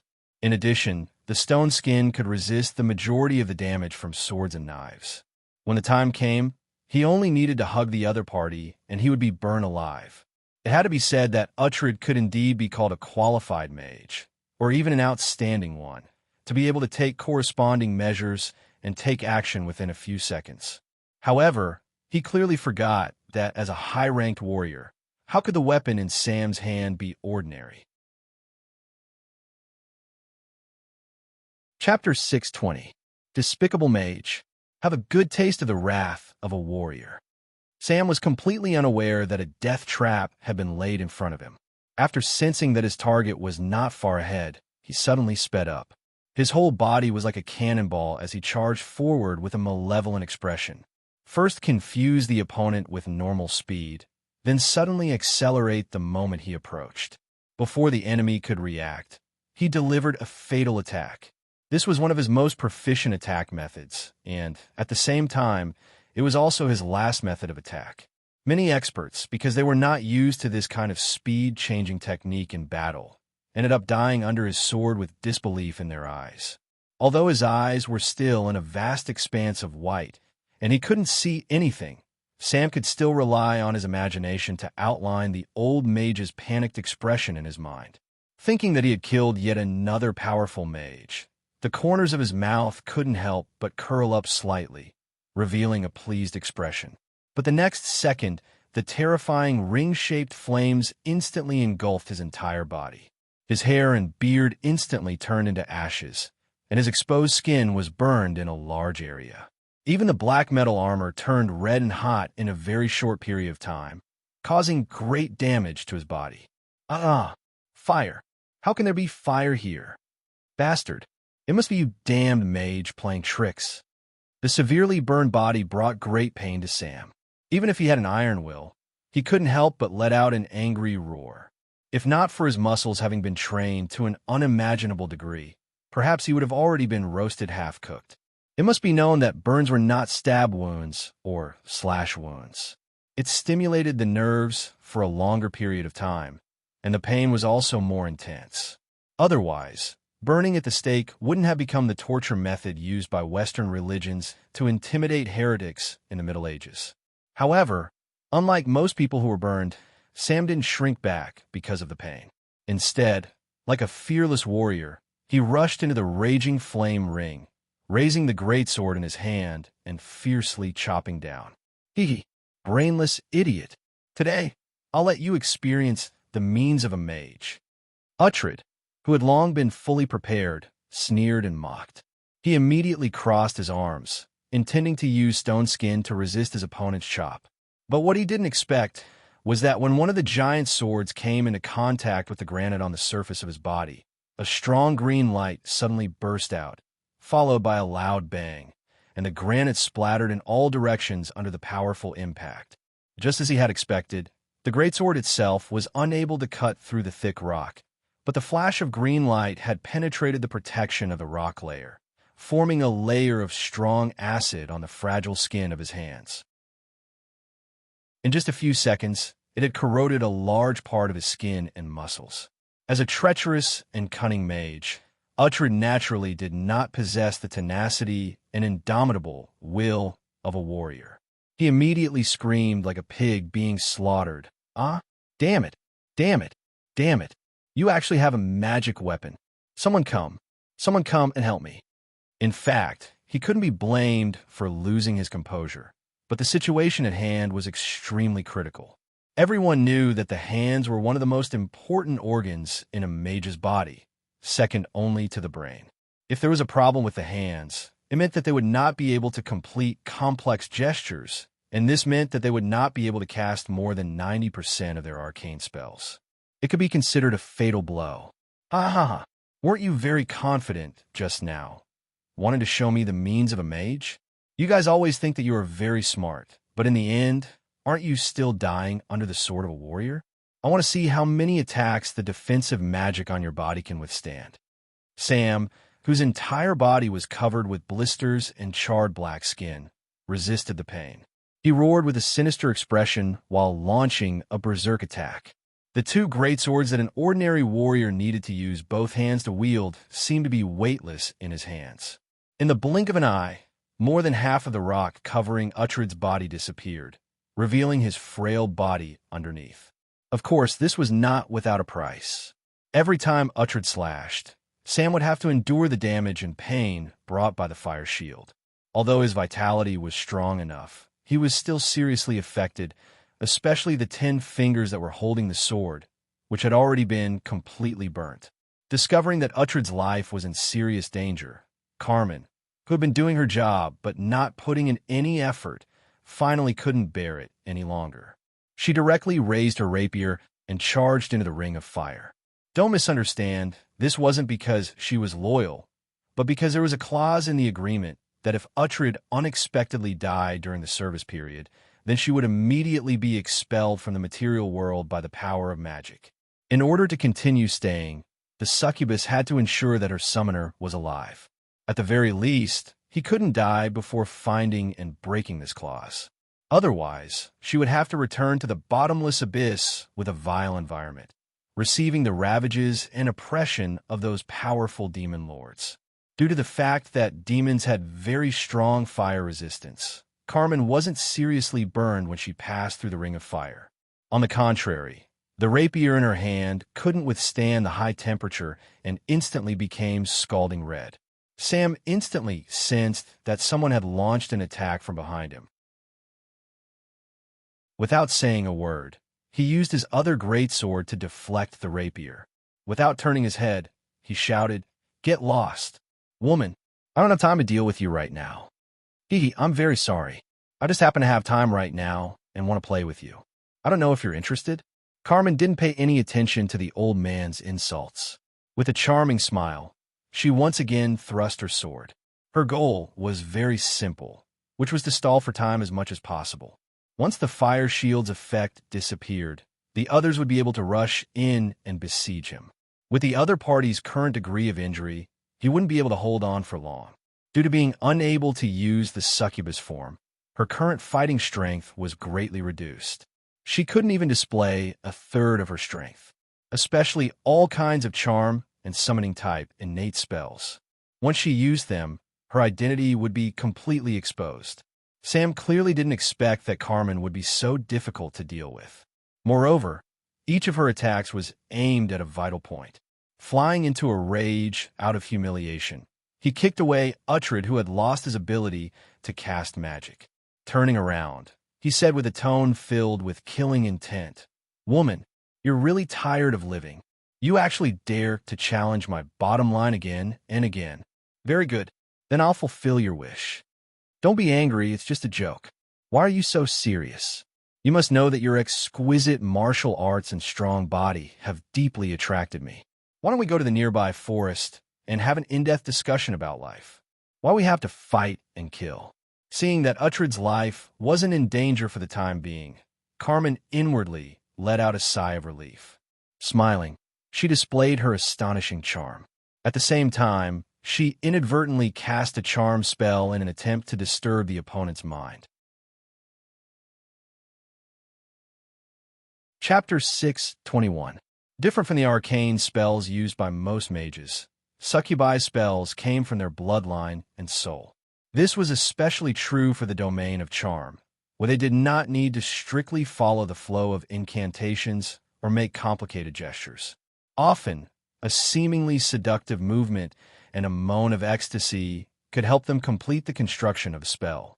Without a doubt, Carmen was not a rookie succubus who had just completed her evolution, nor was she a succubus who had crawled out of her mother's womb. Instead, she was a veteran who had carried out missions in countless planes. She only needed to say a few words to secretly release the spell. Even a warrior like Sam, who was full of vigilance, did not discover anything out of the ordinary. He only felt a little dazed. After all, with his current injuries and the fact that he had to divert his attention to resist the corrosion of malicious transformation, it was not strange for something like this to happen. After all, even though malicious transformation's spell energy had been mostly depleted and could no longer pose much of a threat, the spell's effects were permanent. As long as it was not completely cleaned up, he could not let his guard down for even a moment. Oh, look at those strong muscles, those sexy scars. So beautiful, so enchanting, so full of masculinity. Carmen clearly noticed that Sam's gaze was a little unfocused. She immediately threw away the weapon in her hand and put on a worshipful expression.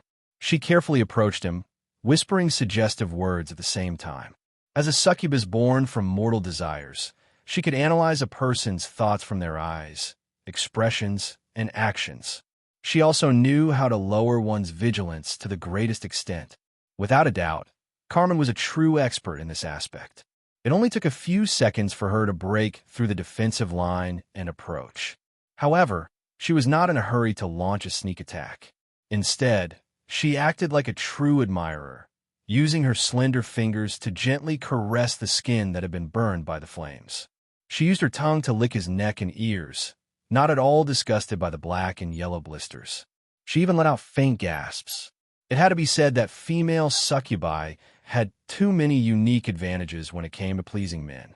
Any man in such an environment would be immersed in incomparable happiness. Sam, who was affected by the succubus spell, only felt a slight itch where he had been caressed. The places where the tip of the tongue had licked felt very comfortable, as if the pain from the burns had left him and he was in another world. Huff, huff, huff. Under Carmen's gradual seduction, this powerful warrior had fallen for her. His tensed muscles began to loosen, and his hands that were gripping the greatsword loosened little by little. His breathing became short and rapid, and his primitive instincts replaced his rationality and became the master of his body. Reality proved once again that it was impossible for mortals to resist the temptation of succubi. Not to mention mortals, even the divine servants of the heaven realm would fall under their meticulous schemes. Seeing that she was about to succeed, Carmen's chaotic, demonic nature began to act up. Through the burnt skin and muscles, she could feel the powerful soul nurtured in Sam's body. A soul like this that was pure and full of energy was a precious treasure even for demon lords. She longed to obtain this soul and devour it to strengthen herself. Thirst, an unbearable thirst, welled up in his heart. Driven by her strong instincts, she slightly opened her seductive red lips, attempting to give the other party a succubus kiss. Through this kiss, she could extract the other party's soul and make it her food. After all, demons were not devils. They would never control their desires, let alone follow any form of restraint, especially when there was no power to restrict them. Come, my dear, give me the deepest kiss.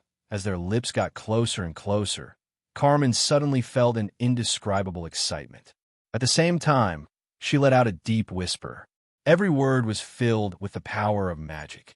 In just a few seconds, she had silently used at least 3 of her innate spells. The power of magic made Sam lose his ability to think. He did not realize what this kiss meant, and allowed the succubus to wrap her arms around his neck.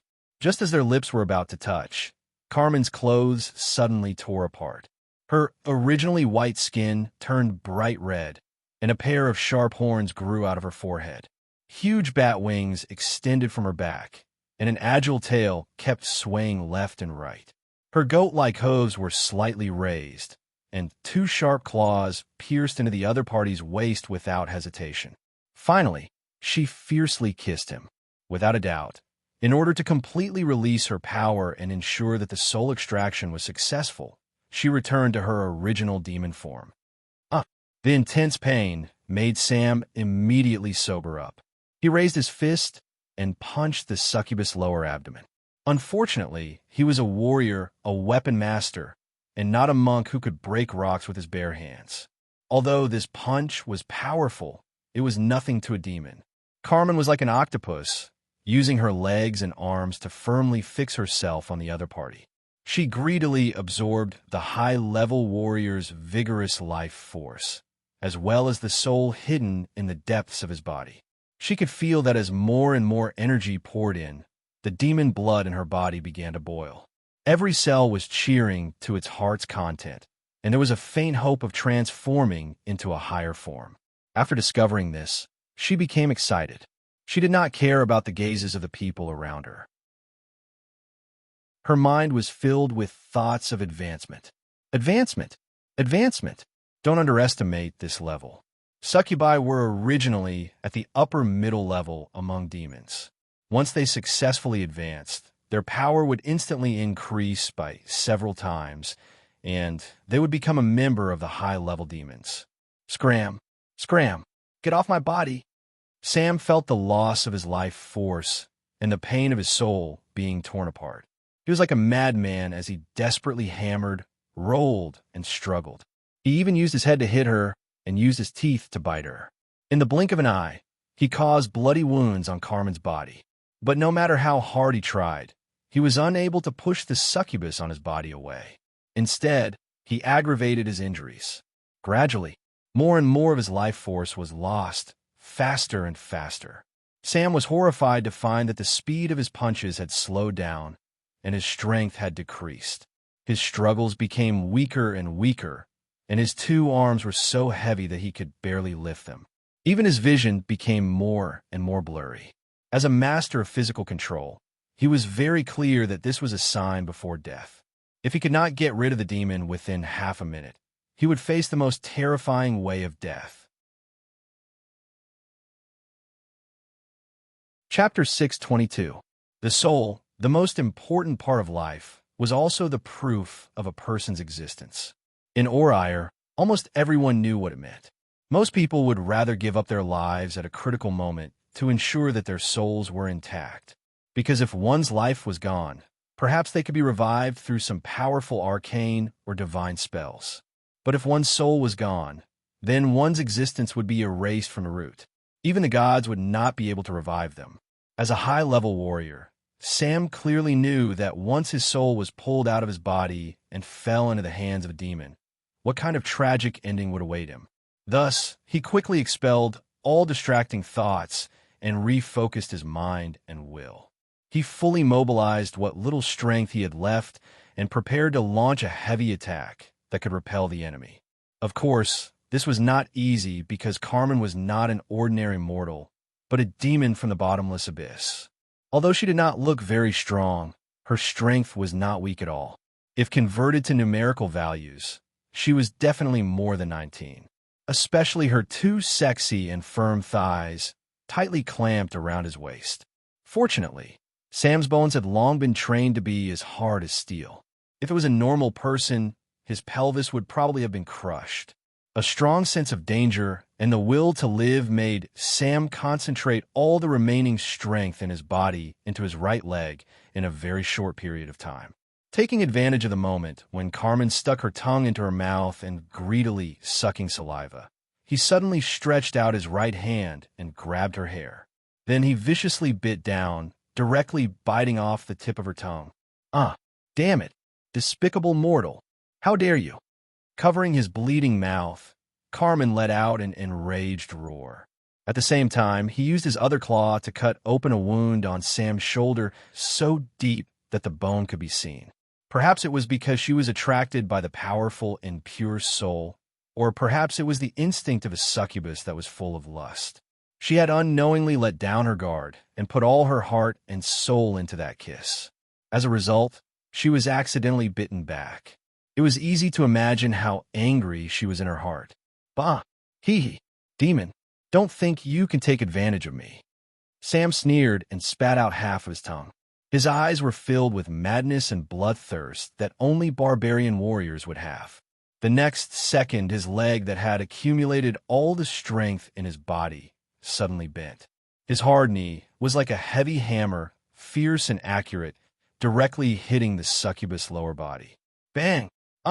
Following the sound of bones breaking, Cayman's eyeballs bulged out, and he let out an ear-piercing scream. His legs that were tightly wrapped around his waist lost their strength and started to tremble. As for the part that was hit, it was even worse. A large amount of blood, mixed with a light yellow liquid with a fishy smell, spurted out.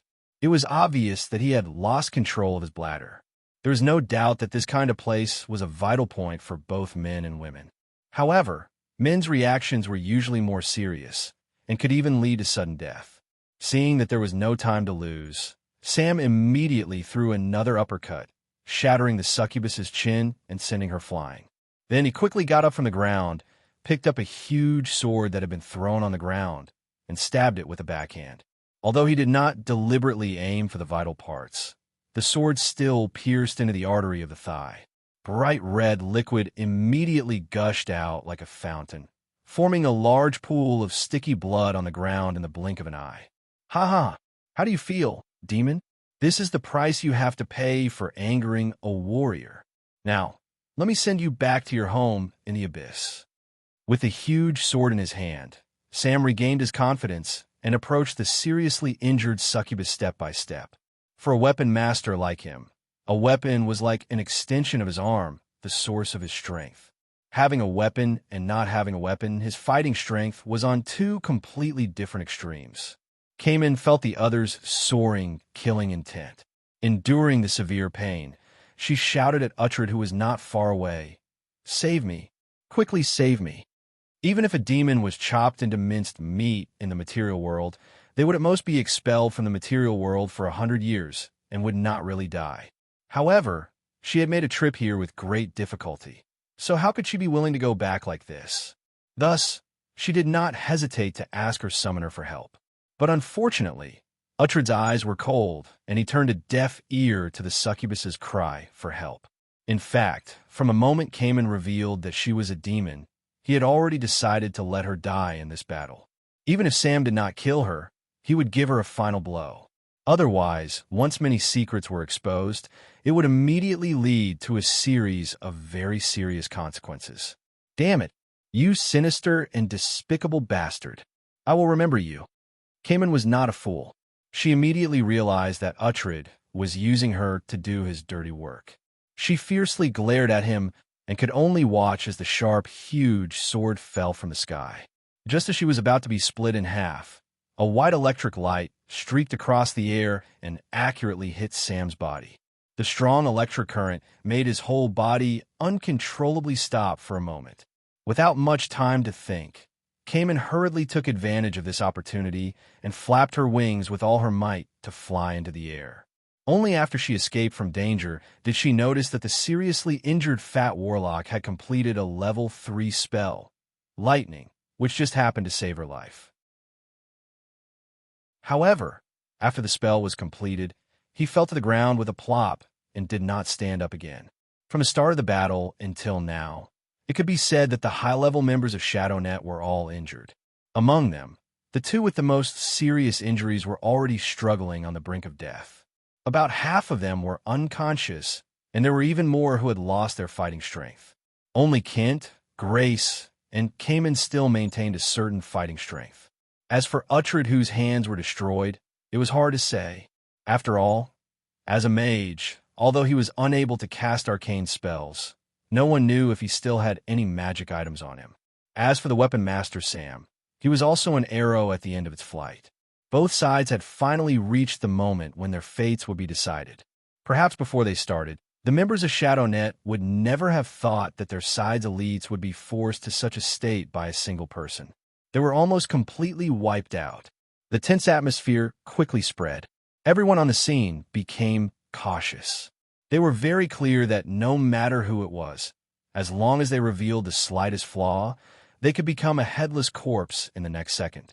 Sam had already used practical actions to tell his opponents that his exquisite swordsmanship was enough to easily kill anyone, even if it was a mage protected by magic. Chapter 6:23. Just when the battle was about to break out, Andre, who had been watching the battle from a distance, slightly raised the corner of his mouth and muttered to himself, "Hee, it seems that what should be exposed has been exposed. Finally, it's my turn to clean up the mess." After that, he completed a spell at a very fast speed. Then, he raised his hand and snapped his fingers. He directly activated the teleportation ability on the ring and disappeared. Damn it, why didn't he say anything before he attacked? After discovering that Andre had disappeared, Portia immediately complained in a low voice and quickly disappeared into the shadows. As a thief who accompanied the darkness, she would never let her companions fight alone. Even if she was not good at face-to-face combat, she would still take advantage of her profession and lurk around the battlefield, waiting for an opportunity to make a move. Mabel looked on helplessly as the two of them left one after the other. She scratched her nose and asked her younger sister, "What should we do?" "Follow them." Fiona rolled her eyes and snappily replied, "Don't be silly, my dear brother. One of them is a battle-hardened thief, and the other is a mysterious mage. If we follow them, not only will we not be able to help, but we may even drag them down. Just wait patiently. I believe there will be a result soon." "Well, what you said makes sense." Mabel shrugged her shoulders with a wry smile and continued to pay attention to the battle in the distance. For him, tonight was really an eye-opener, especially Sam's disdainful fighting strength. It was really too shocking. The perfect combination of strength and skill in swordsmanship was simply like a kind of art. Of course, Fiona's harvest was also not small. At least she understood how to maximize the power of blunt weapons. She would no longer be so stupid as to only know how to swing a hammer to hit the head. Although the brother and sister were only watching from the sidelines, they still absorbed enough nutrients from the battle. With time, they would grow up quickly and become powerful helpers. However, Andre didn't have the time to care about this. When he appeared on the battlefield through a short-distance teleportation spell, Sam suddenly raised his head. His eyes shone brightly, and his whole body rushed forward like an arrow leaving the bow.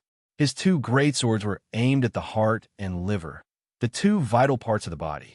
If one of them was successfully hit, it would immediately lead to death. What an outstanding warrior. What a pity. Andre didn't show the slightest bit of panic when facing the cold glint of the sharp blade. Instead, he shook his head regretfully. The inconspicuous staff in his hand suddenly blossomed with a dazzling white light, and then his whole body was immediately covered by hard granite. At the same time, a light blue energy shield appeared around his body, and his figure became very blurry. Obviously, he had activated the 3 spells in the secondary defense staff at once: Stone Skin, Shield, and Haze. He was protecting himself from all directions. "Ah, idiot mage, don't you know how special my sword is?" After discovering that the defensive spell had taken effect, Sam instantly let out a sinister laugh. Although the Haze spell had affected his vision, and the force wall produced by the shield spell had caused the sharp blades to deviate when they passed through, the 2 huge swords still cut Andre's body, and suddenly sparks flew everywhere. One of the huge swords flashed with a green light, and just like Uhtred not long ago, his hands were immediately corroded by the strong acid, and an intense pain was transmitted to his brain through his nerves. As the strong acid's pungent smell spread in the air, Sam knew that he had once again crippled the hands of a mage. He immediately used a condescending tone to mock. "How does the strong acid taste? You are not the first mage to die under my sword, and you won't be the last either. I like your self-confidence, but I have no choice but to inform you of 3 things with regret. First, someone is indeed about to die, but it definitely won't be me. Second, you won't have the chance to kill anyone else. Third, a true mage will never be defeated by something that has already been exposed." After saying the last word, Andre suddenly extended his right hand, and with an extremely fast speed, touched the other's neck. In the blink of an eye, a blood-red magical aura appeared at his fingertips, and the hands that had been destroyed by the strong acid were restored to their original state in a short few seconds. Sam felt that the life force in his body had been completely sucked out, and an expression of disbelief appeared on his face. Finally, he slowly fell down, unable to crawl back up. Rank 3 Arcane Spell, Vampiric Touch activated. Target failed to pass the immunity appraisal. Spell caused 21 points of damage to target. Life force extracted has healed you by 21 points. Target's life points depleted, dead. You have obtained 4,000 experience points. Seeing the information that appeared in his vision, Andre finally let out a sigh of relief. After a moment of careful observation and careful calculation, he had finally succeeded in getting rid of a powerful enemy who was already on the verge of death. Perhaps this kind of action of looting a burning house wasn't honorable, but for a mage, using the smallest price in exchange for the greatest victory was the most perfect outcome. In fact, if not for the danger of the Shadow Net's members being completely annihilated, he wouldn't have wanted to reveal his strength at all. Unfortunately, most of the time, reality was far from what one expected. Fortunately, until now, he had only used a short-distance teleportation, a secondary defensive staff, and finally a rank 3 arcane spell, Vampiric Touch. Especially the last one, which had played a decisive role. Although the level of this spell wasn't high, it was very practical. It allowed the caster to extract life force from the target through touch, and then use it to heal himself. If the caster wasn't injured, then the life force would be stored first. Once injured, the wound would be automatically healed. As for the amount of life force extracted, it was determined by the level of the caster. On average, the damage would be doubled every 2 levels. With Andre's level as a rank 9 mage, the upper limit was 24 points and the lower limit was 4 points. He was very lucky. On one hand, when he attacked, the magic energy in his body had completely recovered and he could use 100% of his strength. On the other hand, Sam was heavily injured. Otherwise, a mere 20 points of damage wouldn't be much to a high-ranked warrior. Looking at Sam's eyes that were still open, Andre couldn't help but sigh. He picked up one of the huge swords that had fallen on the ground and said softly, "I'm sorry, but I need to borrow your head. I hope you don't mind. After all, you're already dead. Rather than staying here to be eaten by wild beasts, why don't you let me take you away and save a woman who's being controlled?" He didn't care whether the corpse on the ground could understand or not. After saying what he needed to say, he raised the sword in his hand and directly cut off Sam's neck. Chapter 6:24. Since almost all of Sam's life force had been taken away, he did not spit out much blood after his head was cut off. His bones were especially hard. If it were not for the relatively large gap between the cervical vertebrae and the fact that the greatsword was a magic weapon, the blade would have been stuck. Andre was very surprised. It was the first time he had seen a human's bones that could be so hard that they were not inferior to a refined iron weapon. As mentioned in the book, when a melee profession's level exceeded a certain level, their body would mutate because of the large amount of magical elements that were everywhere. Some people's skin and muscles would form a special structure, and ordinary weapons would at most leave a red mark on them.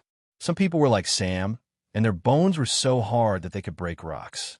There were also people who distributed the magical energy absorbed into their body evenly on the surface of their body, forming a layer of invisible protective film, which had a strong resistance to any supernatural force.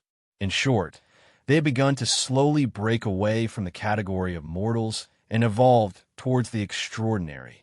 As a person who had received many years of education in materialism, Andre originally thought that these were just exaggerated descriptions that had been artificially processed, but now, he finally realized that everything was actually true. There was no doubt that, according to the standards of most people on Earth, all melee professions above level 15 and or higher were out-and-out superheroes or supervillains. They either had great strength, terrifying speed, and a sense of balance, or incredible vitality and inexhaustible physical strength. They were fully qualified to be called monsters. After figuring this out, Andre sincerely felt lucky. When he had just crossed over, he was in the uninhabited, lonely mountain town. There was no chance for him to encounter these terrifying non-human beings. Otherwise, he would have died in an accidental conflict. The probability of him living peacefully for 4 years was definitely not more than 20%. No wonder the population of Orire had always been maintained at a very low number. On the one hand, it was limited by the level of productivity and public health. On the other hand, compared to ordinary people, there were too many powerful monsters in this world that were unmatched. Giants, dragons, high-grade professionals, elemental creatures, magical creatures, monsters from other planes, and so on. No matter which one of them suddenly went berserk in a crowded place, they could cause at least 4 digits of casualties. It would be strange if such a population could reproduce. Sighing inwardly at the precarious life of the civilians, Andre bent down, quickly tore a piece of cloth from the corpse, and wrapped Sam's head in his hand.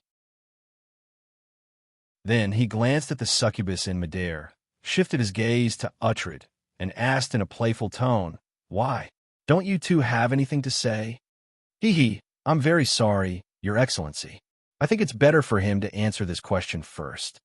Carmen passed the ball to his summoner with a fake smile. It could be seen that she was very vigilant and had no intention of landing on the ground. She was afraid that she would be caught accidentally. Uhtred understood that he couldn't avoid this calamity. What he needed to consider now was how to minimize the negative effects. At the very least, he couldn't let the succubus reveal her sinister plan in front of everyone. He took a deep breath and quickly walked forward. Forcing out a smile, he lowered his voice and said, "Your Excellency, can I explain this matter to you in private after we return? Please rest assured, I guarantee that I can give you a satisfactory answer." Satisfactory? Andre's lips curled up slightly, his eyes full of ridicule. "Are you sure you can satisfy me?" "Of course. I swear that I will satisfy you." Uhtred nodded without hesitation. At the same time, he took out a few parchment scrolls from his bosom and handed them over when no one was paying attention. Andre opened them in his hands. They were all level 5 arcane spells. One of them was the malicious transformation that he had just used. The other 4 were Command Spell Death Cloud Spell, creates a deadly poisonous gas, instantly killing all creatures within range that don't have a strong enough vitality. Those that are strong enough will also have to bear the damage caused by the poisonous gas until they are poisoned to death or the poisonous gas dissipates. Mental Weakening Spell forcibly reduces the target's intelligence and charm to the lowest, which is 1 point. The effect lasts forever. Spying Magic Eyes randomly creates 1 to 4 floating magic eyes to scout for you.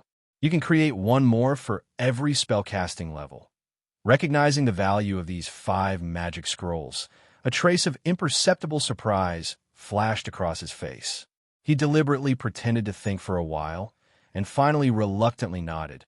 "All right, seeing that you did your best in tonight's battle, I will give you another chance.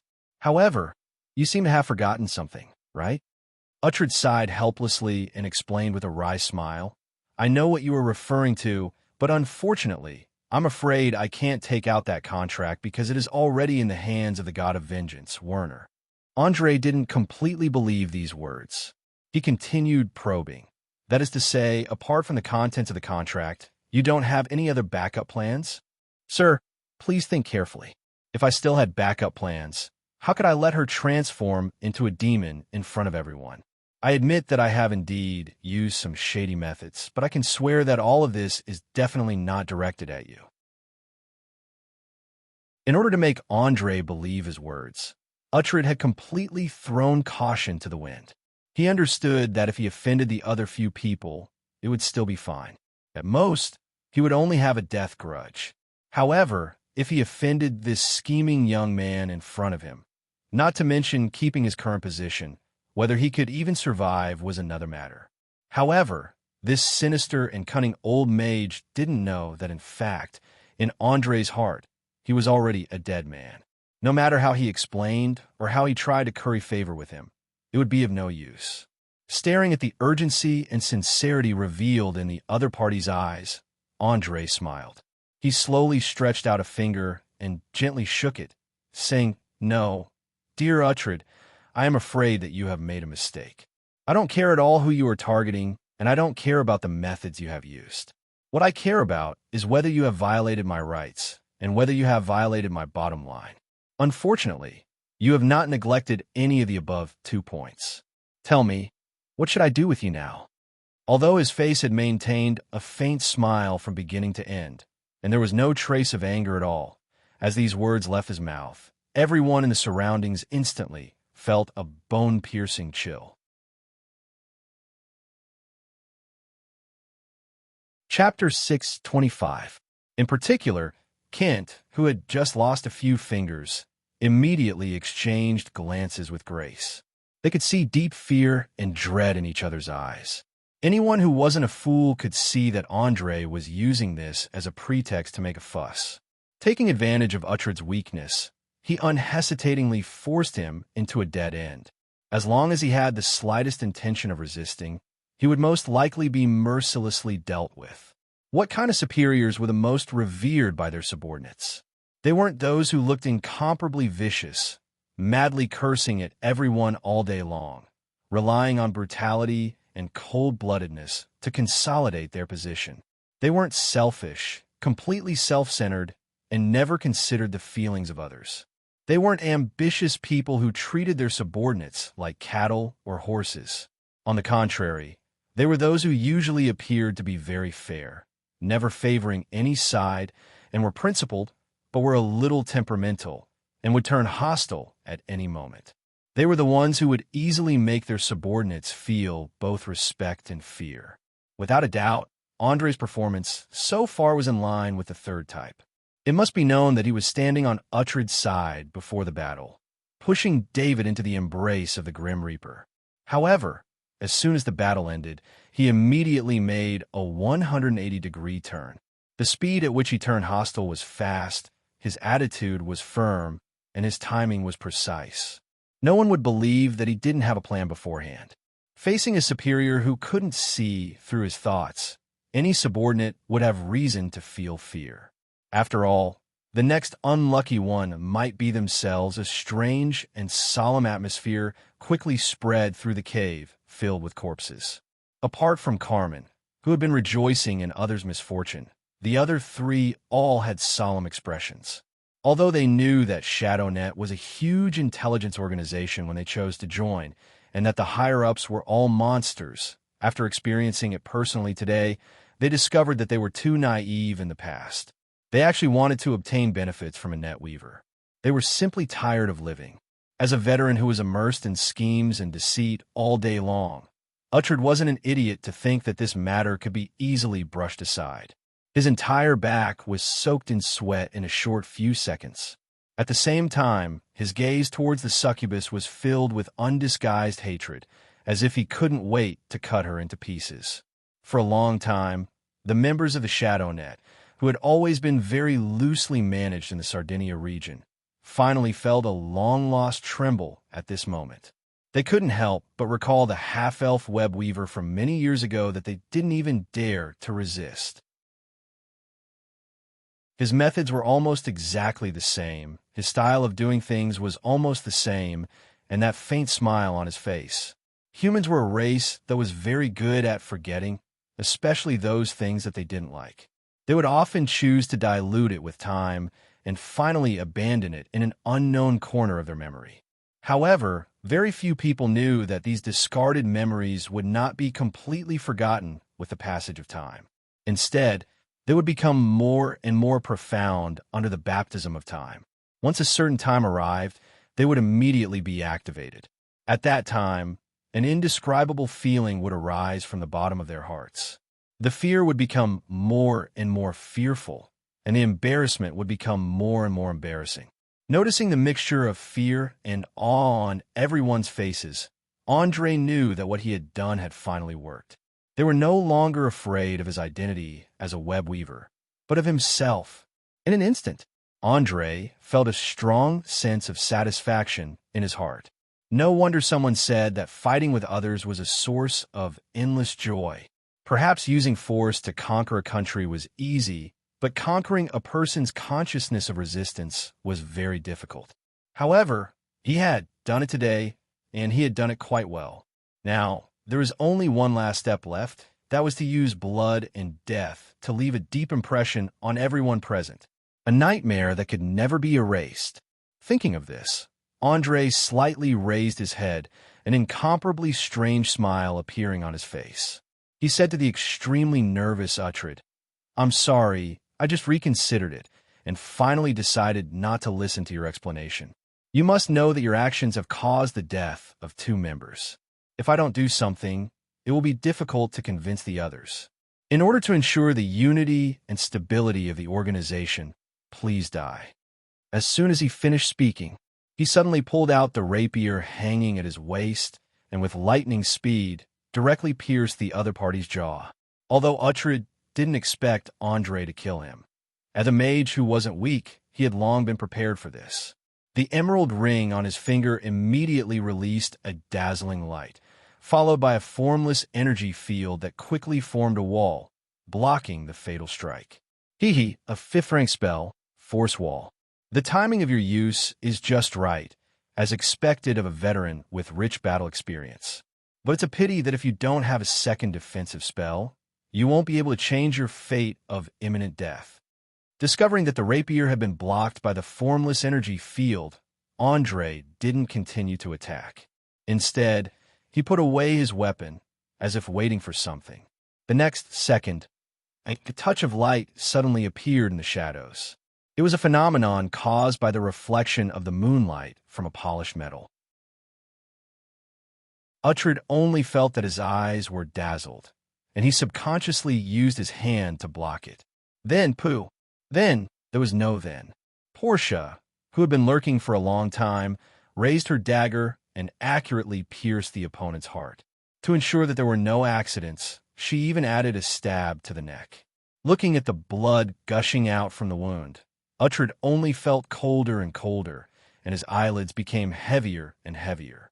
Finally, with a plop, he fell to the ground with his face facing the sky, completely losing his life. Never in his wildest dreams would he have thought that he would finally die in the hands of a thief, and die so easily and cheaply. Haha, did you see that? I actually killed a powerful mage. Portia didn't think that she could kill Uhtred with a single sneak attack, and she shouted excitedly. She had just seen with her own eyes how terrifying this old mage was, especially with the combination of stone skin and fire shield. He had almost killed a high-level warrior. If not for the disruption of the magical weapon, the battle would have ended long ago. That's right, you've killed a mage. To be precise, a mage with less than 10% of his combat strength left. All right, don't just be happy. Search him for everything he has on him. Remember to be careful and don't touch anything. There might be a curse or a trap on some item. After saying that, Andre raised his hand and intimately flicked the forehead of the big-breasted lowly. Oomph. I don't need you to remind me. This is my field of expertise. Portia curled her lips and quickly crouched down to search the corpse. It could be seen from her shining eyes that she was in an extremely good mood. Chapter 6:26. No. Damn it. Look at what you've done. Shock. Unconcealable shock. After realizing that Uhtred had died, Carmen, who was flying in the air, immediately let out an ear-piercing scream. She seemed to have gone mad as she directly dived in the direction of Andre.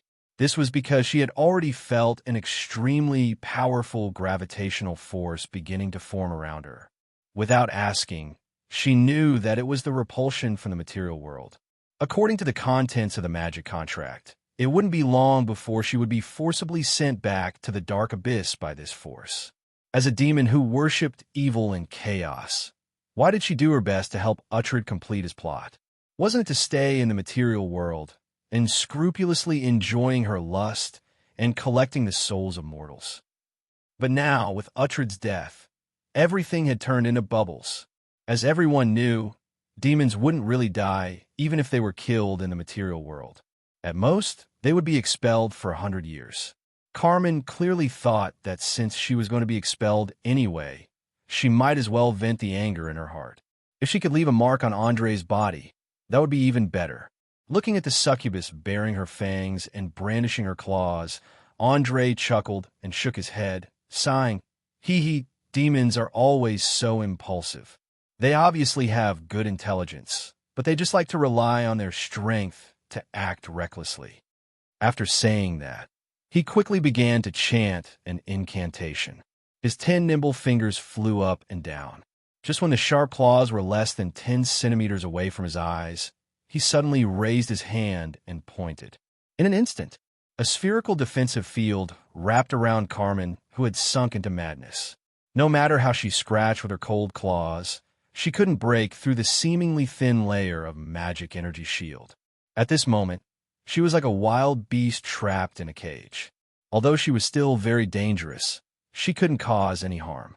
Andre admired the succubus' exquisite curves with great interest, using a playful tone to tease her. "Dear lady, I think it's better for you to calm down and accept reality." After all, this was a famous level, 4 arcane spell, Elastic Magic Ball. Although it was a defensive spell, it could completely isolate the person being protected from the outside world. Before you were expelled from the material world, you definitely wouldn't be able to break it in time. Also, don't try to use teleportation spells. No matter how you teleport, the Elastic Magic Ball will follow you like a shadow. Give up. Let's sit down and talk calmly. Maybe if I'm in a good mood, I'll summon you again through a magic ritual.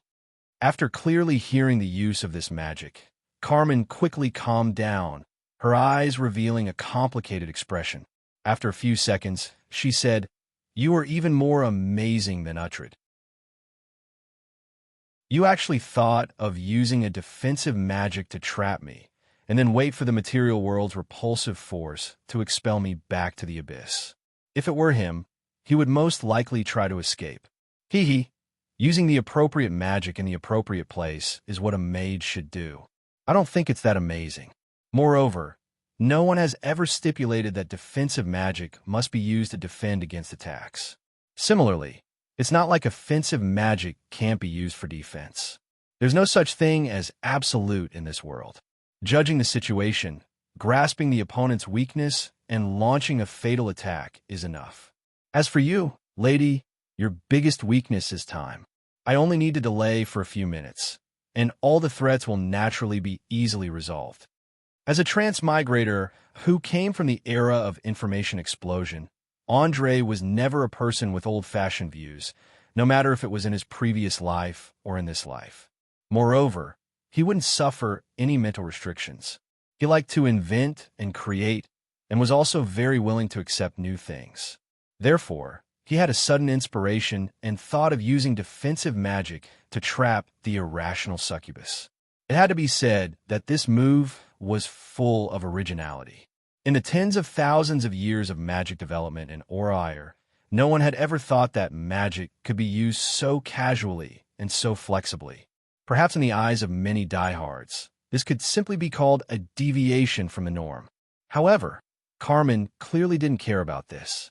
As the repulsive force became stronger and stronger, she knew that she didn't have much time left. She immediately took a deep breath and asked softly, "Say it. What do I have to do for you to agree to summon me back?" "It's very simple. My request is only 4 words: absolute obedience. No misinterpretation, no bargaining." Andre didn't even think before putting forward his request. In fact, from the very beginning, he didn't intend to do anything to this succubus in front of him. Instead, he wanted to use her talent to sow discord and infiltrate the underground guild, creating contradictions and conflicts. But who would have thought that, just after Uhtred's death, it would suddenly trigger a series of chain reactions? This was the power of the magic contract. At the same time, it was also the contract's witness fulfilling his obligations. Unless one had the ability to contend with it, there was no way to interfere with the expulsion process. Through the previous probing, Andre already knew that the contract's witness was the god of vengeance, Werner. Although this god was only a weak god and was in the middle to lower levels among the gods, no matter what, he was still a genuine god. He didn't think that he had the ability to contend against a true god. Of course, as the saying went, when a door closed, a window would often open in another place. Perhaps Andre couldn't stop the contract from being fulfilled, but he could choose to bypass the contract and carry out the summoning again. After all, he was now a level 9 mage who had grasped level 5 arcane spells. He could use a magic ritual to open a portal to the bottomless abyss. Absolute obedience. Carmen didn't expect that the conditions would be so harsh. The expression on her face suddenly became ugly. It should be known that demons were the symbol of chaos. They hated being bound by all kinds of rules the most.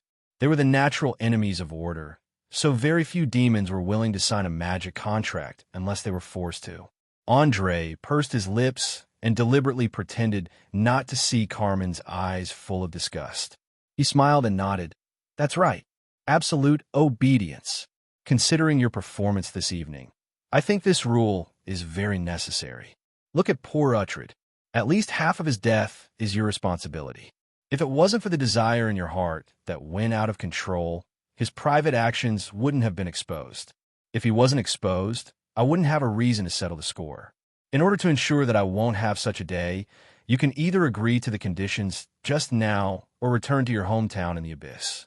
There is absolutely no third choice.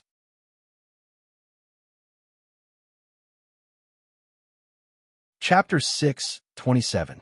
Hearing these words that left no room for negotiation, Carmen immediately glanced at the headless corpse from the corner of her eye and fell into deep thought. There was no doubt that if she agreed to this condition, it would mean that she would never be able to use the loophole to escape from the control of the contract. But if she didn't agree, the chances of being summoned to the material world would be zero. The bottomless abyss was an Oriire. The number of intelligent races in the latter might not exceed 20 million, while the number of demons in the former was uncountable. It was said that at the front lines of the war between the demons and devils, the number of demons dying every day was in the hundreds of millions. Every time a caster made a non-directional summon, it was like winning the lottery for the demons that were bitterly waiting for an opportunity. It was already considered lucky if they could win it once in their lifetime. As for the second time, they wouldn't even think about it. Carmen didn't want to return to the bottomless abyss. For a succubus at her level, there were countless demons in the abyss that were stronger than her. Apart from enduring the ravages of the demons day and night, the slightest carelessness would cause her to instantly turn into a rain of blood and minced meat. Demons were famous for being unpredictable. They might be talking and laughing with you 1 second, but the next second, they would attack you crazily like a lunatic. The reason might be that they didn't like your accent. That's right. According to the standards of Earth, every demon was an out-and-out mental patient. Even as a lunatic, Carmen wasn't willing to stay with her own kind. On the contrary, the material world was more attractive to her because she could rely on her own ability to summon the wind and summon the rain. Here, she could taste delicious souls and even the taste of power. No one was willing to go back to begging on the streets after a sumptuous banquet, and no one could let others control their own fate after enjoying controlling the fate of others. As time passed, the power from the contract grew stronger and stronger. Carmen could already feel her lower body gradually becoming transparent and void. At most, she would be completely expelled in a minute. In the end, she made a bold decision. Her originally solemn expression instantly turned into a blooming rose. Her smile looked so beautiful and stunning. Young human mage, I agree to your conditions, and I'm willing to give you my soon-to-be-born daughter as a gift. But you have to promise me one thing, and that is to give me enough freedom and help me one day for free. A daughter that's about to be born?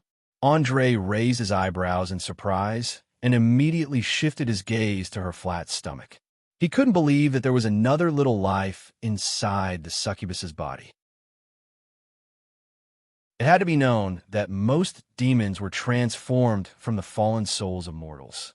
Their initial form was an ugly worm with a human face, and then they evolved to a higher level step by step. Although they also had amazing reproductive abilities, the number of offspring born through mating was pitifully small. Succubi, in particular, were rarely willing to get pregnant because giving birth meant danger. Most of the time, they would adjust their menstrual cycle to avoid such a situation. As for giving his daughter as a gift, Andre did not find it strange at all. This was because demons had no such thing as kinship. In their eyes, offspring were nothing more than tools, slaves, or some kind of currency that could be used to exchange for souls. Many female succubi would directly sell their children to slave merchants. Is it strange? In fact, I've been pregnant with her for a long time, and I'll give birth in a few days at most. If you don't want to miss out on a cute little succubus, then you'd better hurry up. Otherwise, she'll be snatched away by some powerful demons soon after she's born. After saying that, Carmen lightly stretched out a finger and tapped his lower abdomen. Her originally flat stomach suddenly began to swell, and in the blink of an eye, it had swelled several times. It was obvious that she had used some kind of spell to hide her pregnancy. It was probably some kind of self-protection method. After all, demons did not have the tradition of respecting the old, loving the young, and protecting pregnant women. If a demon found out that another demon was pregnant, the biggest possibility was not to help, but to launch a fatal blow when the other party was at their weakest. Feeling the weak heartbeat of the fetus in the mother's body, Andre suddenly seemed to understand why the other party wanted to stay in the material world. After weighing the pros and cons, he nodded slightly. All right, you can retain the right to move freely as long as you don't violate my orders. But you have to promise not to reveal your true appearance unless you have my permission. Deal. Carmen agreed immediately and did not attempt to continue bargaining. Only the parts of her body above her neck were still flesh and blood, so she could not wait to complete the deal. Very well. You can tell me your name now. Of course, you should know that I'm referring to the demon. Andre also understood that now was not the time to talk nonsense, and directly asked about the parts needed for the summoning ritual. Ulrika Kralik, Martha Levins. Remember, you have to be quick. Don't let me wait too long. A series of incomprehensible abyssal words were blurted out, and a cold crack appeared behind Carmen. Her entire body was pulled in by an unknown force, and she disappeared without a trace. Without a doubt, she had finally been completely expelled from the material world and returned to her home. Looking at the harsh natural environment on the other side of the crack, Andre could not help but show a hint of playfulness. He muttered to himself, "Don't worry. Although I can feel that you have some ulterior motives, I'll still fulfill my end of the bargain. After all, observing the birth of a demon up close is a rare opportunity. To a mage, knowledge was power, knowledge was life, and knowledge was the key to unlocking the truth of the universe." Although he had read many books about demons, most of them described their appearance, species, and evil deeds. There was almost no information about their physiology, and there was not a single word about their reproduction process. Now that there was such a ready-made material, Andre felt that it would be a pity to miss it. Moreover, the members of the Shadow Web were either dead or injured. It was the time when they needed the destructive power of the succubi. In any case, the succubi themselves were not the type to recklessly create massacres. They were more than willing to attach themselves to the side of the strong and become qualified advisors, planners, bed partners, and lovers. Of course, the prerequisite was that one had to be prepared for betrayal and betrayal at any time.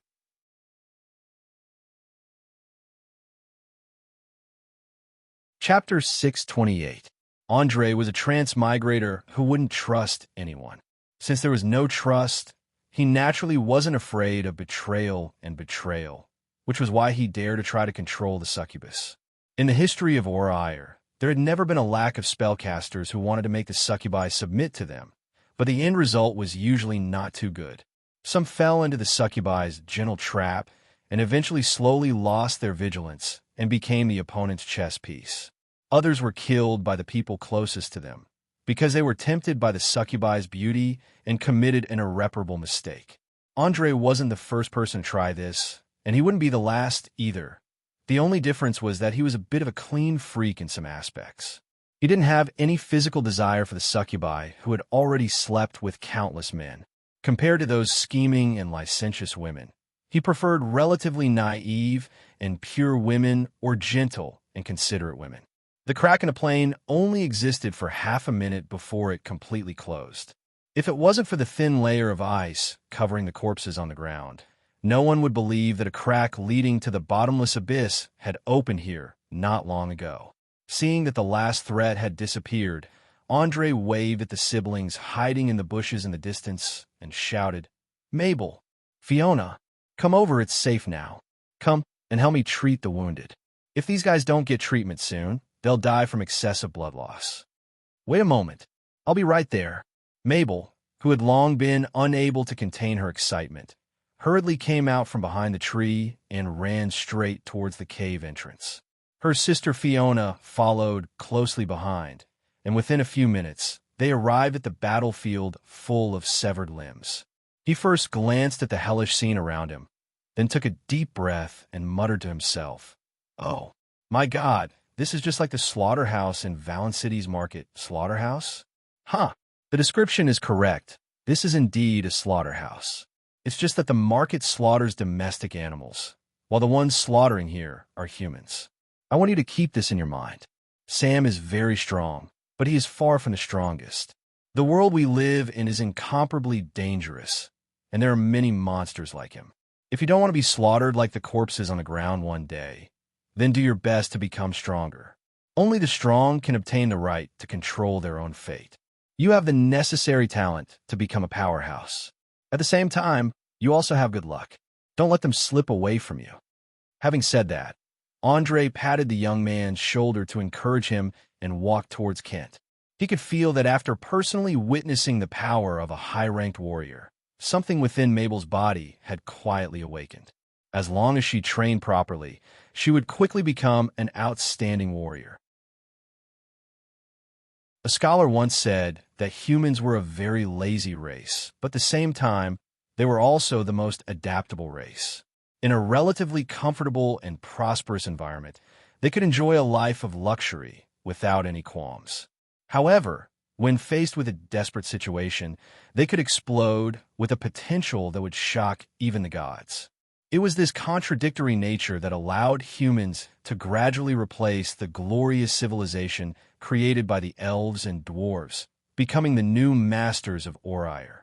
Mabel had already witnessed the extent of the warrior's strength. That also meant that he had a benchmark in his heart that he could measure. It was a target that he could constantly chase after. He no longer had any hesitation. All he had to do was to continue walking down this path. After a short conversation, the brother and sister began to treat several unconscious wounded people. Although Fiona's priest level was only 1, she could still save lives at this critical moment. In just a few minutes, the fat sorcerer and Teresa were pulled back from the brink of death. Looking at their slightly clumsy appearance, Andre smiled and shook his head. He turned around and looked at the 2 trembling people kneeling in front of him.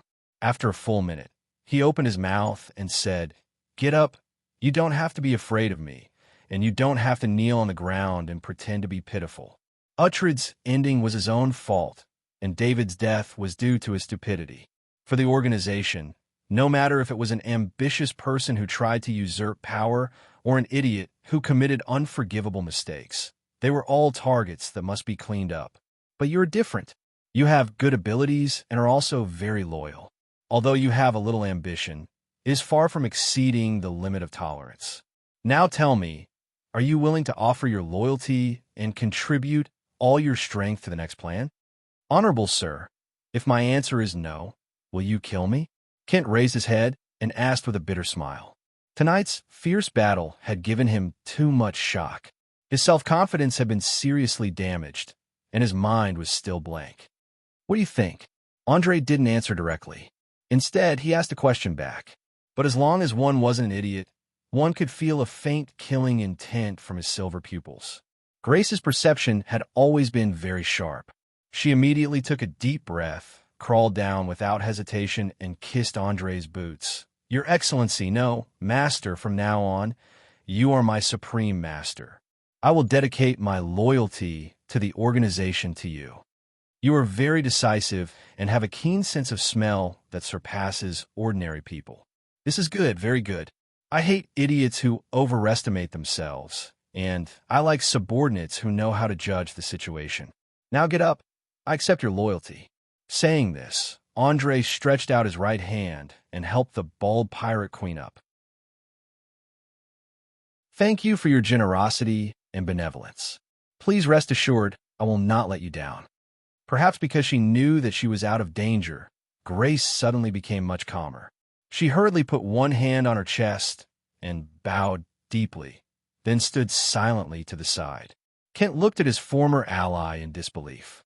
His expression was as if he couldn't believe that the other party didn't even say anything and directly chose to abandon him and stand on the same side. "Hee, your friend has already made her choice. Now it should be your turn." Andre urged with a smile, while fiddling with the staff in his hand. He was very clear that if he wanted to tame this ferocious sea wolf, he had to completely defeat it in terms of momentum. This way, after dealing with Francis, he could firmly grasp the huge pirate fleet in his hands.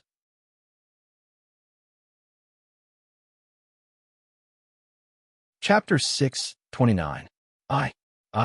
I'm also willing. After saying I 3 times in a row, Kink gave in. His face was full of decadence and bitterness. Although he forced out a smile, it was uglier than crying because he didn't want to die yet. Seeing that the most important chess piece was finally in his hands, Andre immediately laughed heartily. Ha ha ha ha ha. Great. Please rise, dear Captain Seawolf. Please believe me, you won't regret the choice you made today. At most half a month later, each of you will receive a huge reward. Reward? What reward? Is there a share for me?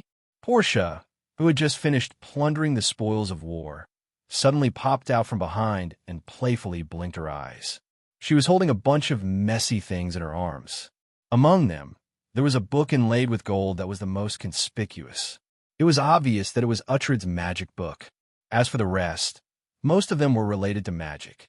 For example, there was an emerald ring, a dark red old belt, a dark blue crystal pendant, a box used to store arcane scrolls, a few bottles of brightly colored potions, and 2 heavy greatswords on his back.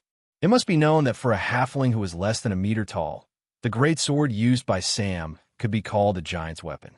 Andre completely couldn't understand how this little guy was able to carry those things on his back. However, as a smart person, he didn't intend to waste too much energy on insignificant things. He only smiled and shrugged his shoulders, teasing, "You are really greedy. Don't worry. Even if I forget anyone, I won't forget you. Tell me, what do you want in return?" "Hee, I haven't thought about it yet, but it must be enough of a surprise. At the very least, it must be a magic item." Portia's eyes narrowed into arcs, as she requested with a mischievous smile. Andre didn't care about the halfling thief's insatiable greed. He even pointed at the thing she was holding and said, "Magic item? If it is a magic item, I can satisfy your request right now. Look at this crystal pendant. It can increase the wearer's physique and endurance. If you're not satisfied, this night vision belt is also not bad. Even in a completely dark environment, it can allow the wearer to see as far and as clearly as during the day. Of course, if you're still not satisfied, then I can recommend this emerald ring to you. It stores a rank 5 arcane spell, Force Wall. It can be used once a day. I believe you have already seen the power of this spell with your own eyes, haven't you? As for the rest, they are basically not suitable for you. The magic book and the scroll box can only be used by mages. It's best not to touch these potions before you identify them. Those 2 heavy greatswords are good stuff. One of them can release a strong acid as long as it hits the target, burning the enemy's hands. The other one has a bleeding attribute. Once it cuts, the wound won't heal normally. It's a pity that with your size and strength, just dragging it around is already very strenuous. It's better to leave it for Mabel. Without much effort, Andre easily identified the effects and attributes of each of the spoils of war. For the current him, he didn't need to use magic to identify low-level magic items.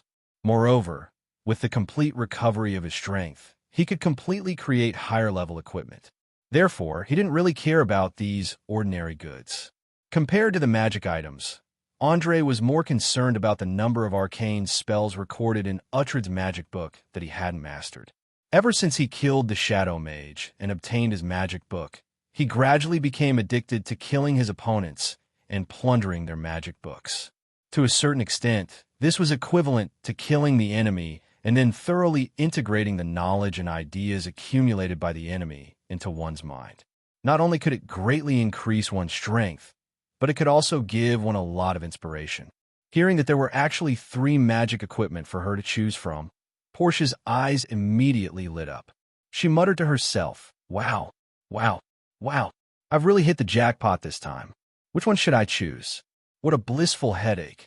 Although she really wanted to pocket all the amulets, rings, and belts, according to the customs of the southern regions, if they obtained precious items in the course of an adventure or battle, Each person in the group could only choose one item at most. She didn't want to break the rules. Seeing the struggle and hesitation on the big-breasted Loli's face, Andre couldn't help but shake his head with a smile.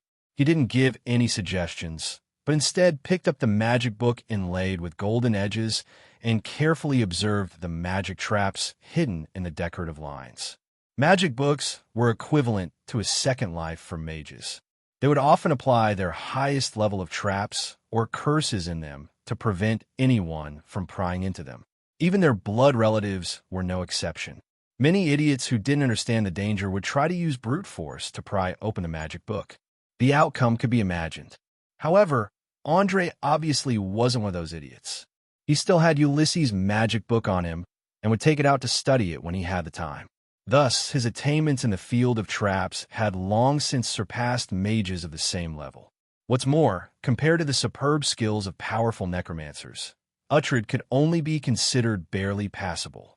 After a short few minutes, Andre discovered a line of small characters that constantly changed colors between the spine of the book.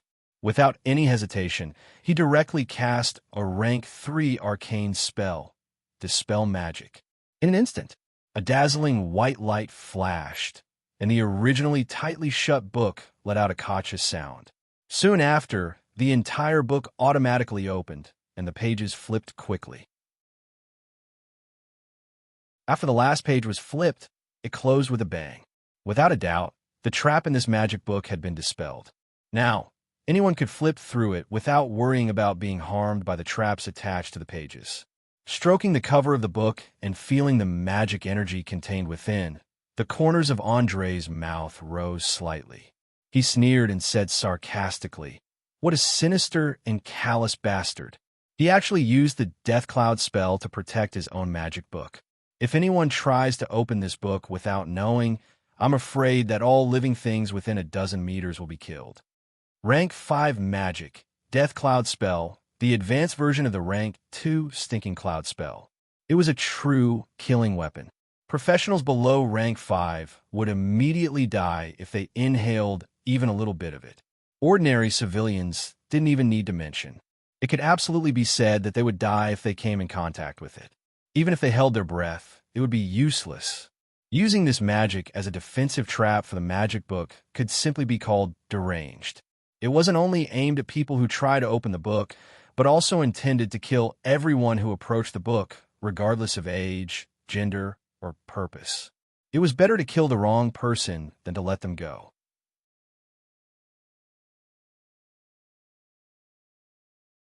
Chapter 630. It was very clear that the trap Uhtred had set in the spellbook made Andre even more certain that his decision to kill was correct.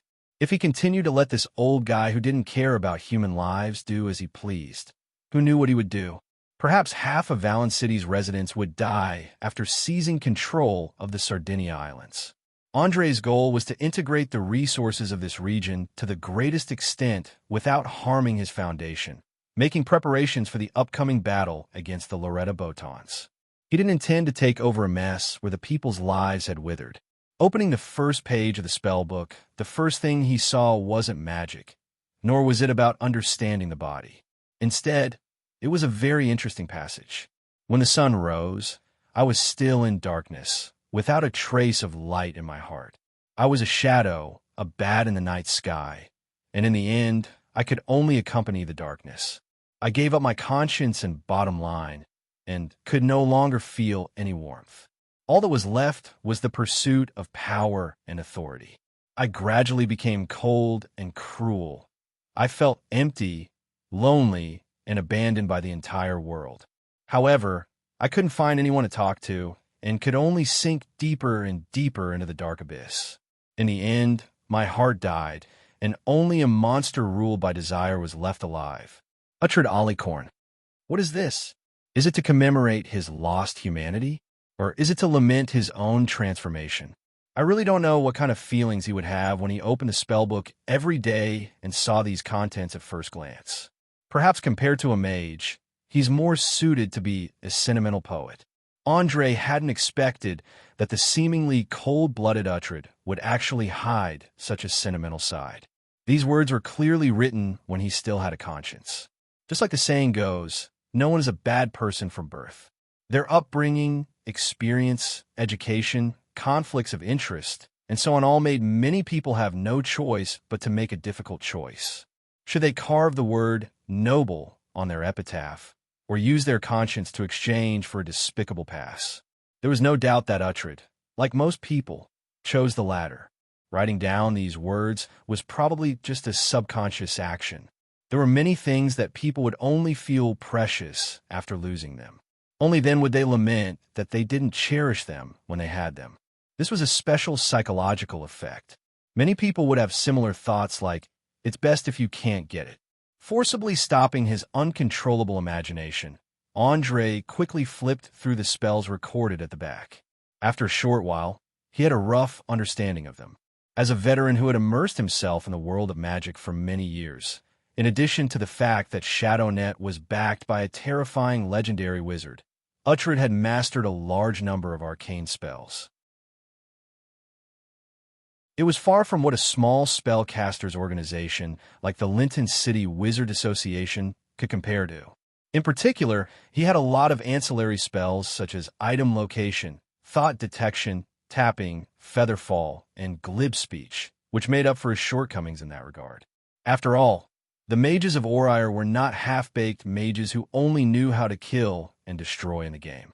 Before they chose to fight, they would often use all kinds of methods to investigate, mislead, and even create a conflict or murder to determine the strength of the enemy. When they were sure that they had a 100% chance of winning, they would show themselves. This was one of the reasons why mages were revered. Once they appeared, it was likely to mean the end. Just as Andre was about to start researching new spells, Kent, who had been waiting at the side, could not help but cough.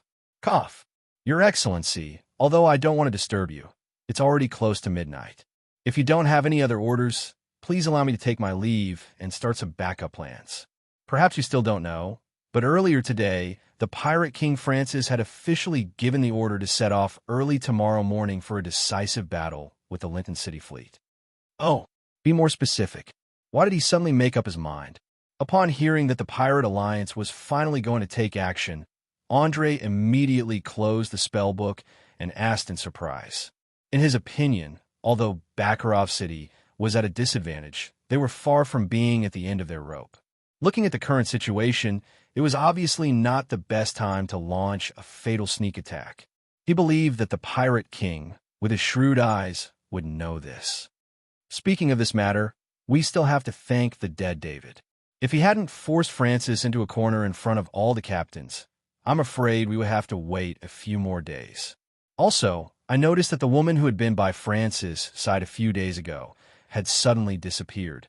Perhaps they had reached some agreement. In one breath, Kent recounted everything that had happened at the pirate assembly. He just wanted to find a place to calm down, so he didn't need anyone to ask. He just revealed everything he knew. Your Excellency, there's one more thing you need to pay attention to. That is the impact of David's death on the entire plan. He was idolized by countless young pirates. We had originally planned to use his influence to attract more people to join the ranks of overthrowing Francis, but I'm afraid that won't work now. What's worse is that when we set off tomorrow, if David doesn't make a public appearance, his subordinates are likely to lose control.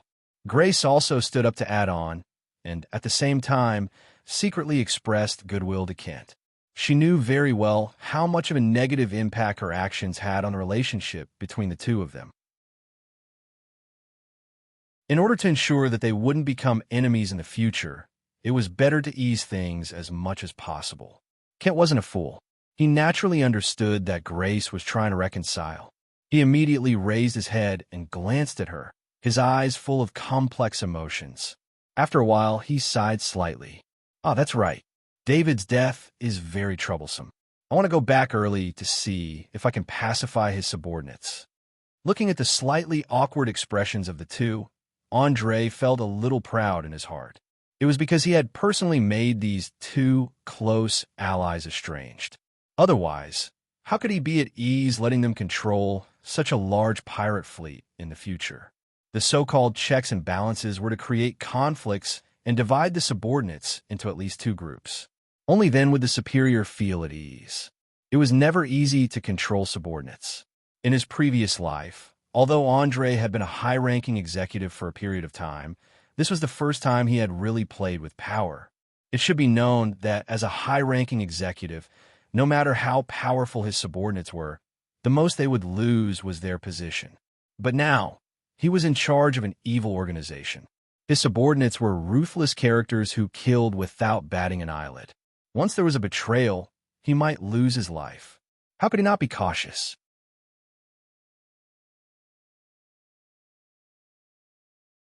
Chapter 631. However, in order to ensure that Kent and Grace would never reconcile, Andre decided to add another layer of insurance. Since that's the case, the two of you can go back now and accept David's inheritance. As for the trouble caused by his death, I happen to have a solution. Saying so, he picked out a pink magical potion from the spoils. This is a secondary transformation potion.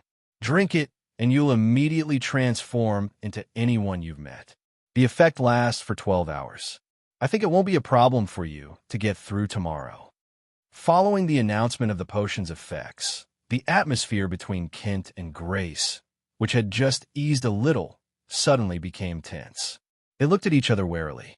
They all understood that whoever could get their hands on this bottle of potion would be able to quickly expand their strength and leave the other person far behind. Clearly, there was a clear conflict of interest between the two.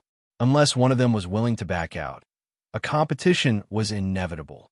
Perhaps Grace didn't want to fall out with her former ally, but she cared more about her own interests. Thus, she quickly weighed the pros and cons in her mind and immediately stepped forward before Kent could make a decision. Sir, I happen to have someone who is very familiar with David. He can play the role of David well. Please give this task to me. No, I'm the one who knows David the best. Many of his subordinates used to be crew members on the Seawolf, so I'm the most suitable candidate. Kent stepped forward, unwilling to be outdone, and fought for his own interests without backing down. Once again, it was proven that all personal friendships and agreements were as fragile as paper in the face of benefits. They could be broken with a light poke. Seeing that the two were about to clash, the corners of Andre's mouth curled up slightly.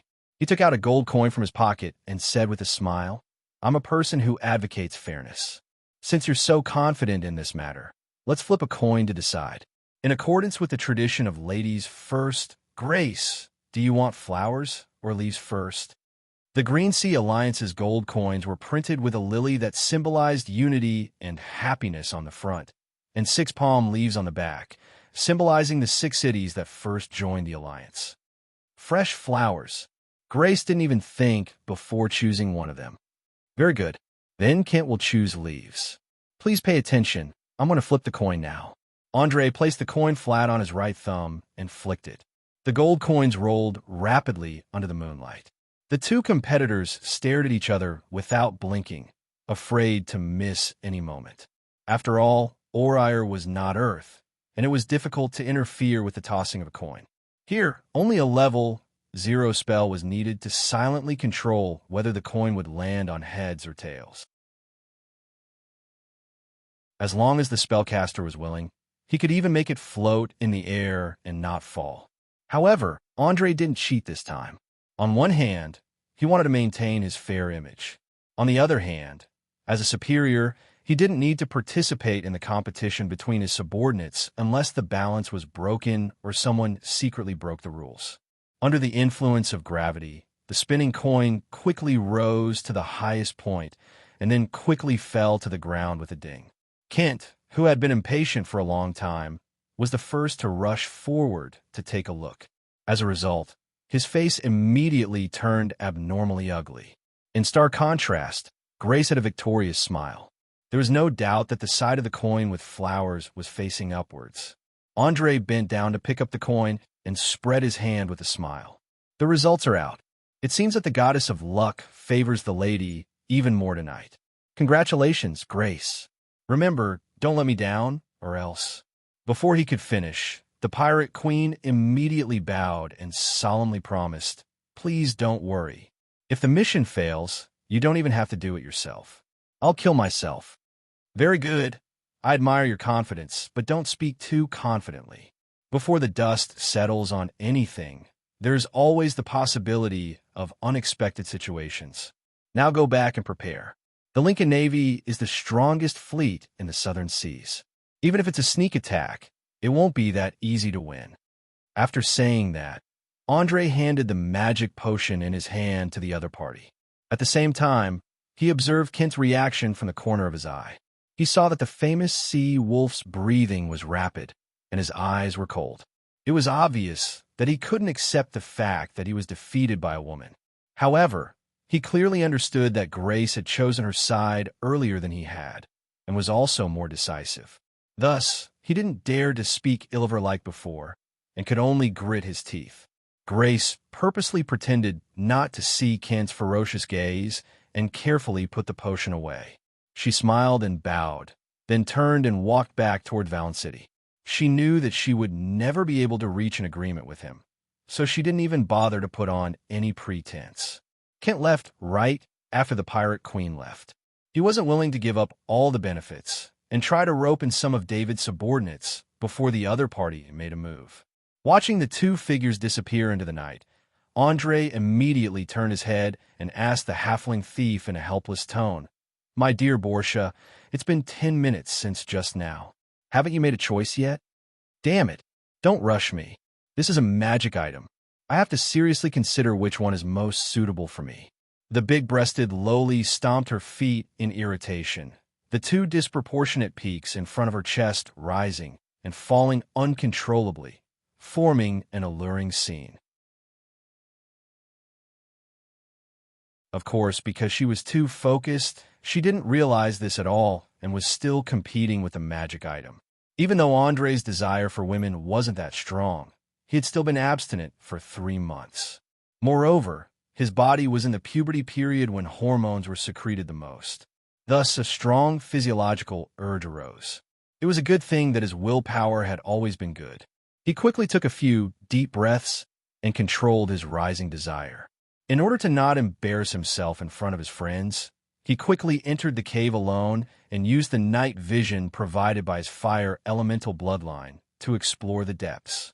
Andre hadn't forgotten one of the most important goals of this trip, which was to rescue the swindler Jesperat. He hoped that this fellow hadn't died from the torture after more than 10 hours of torture.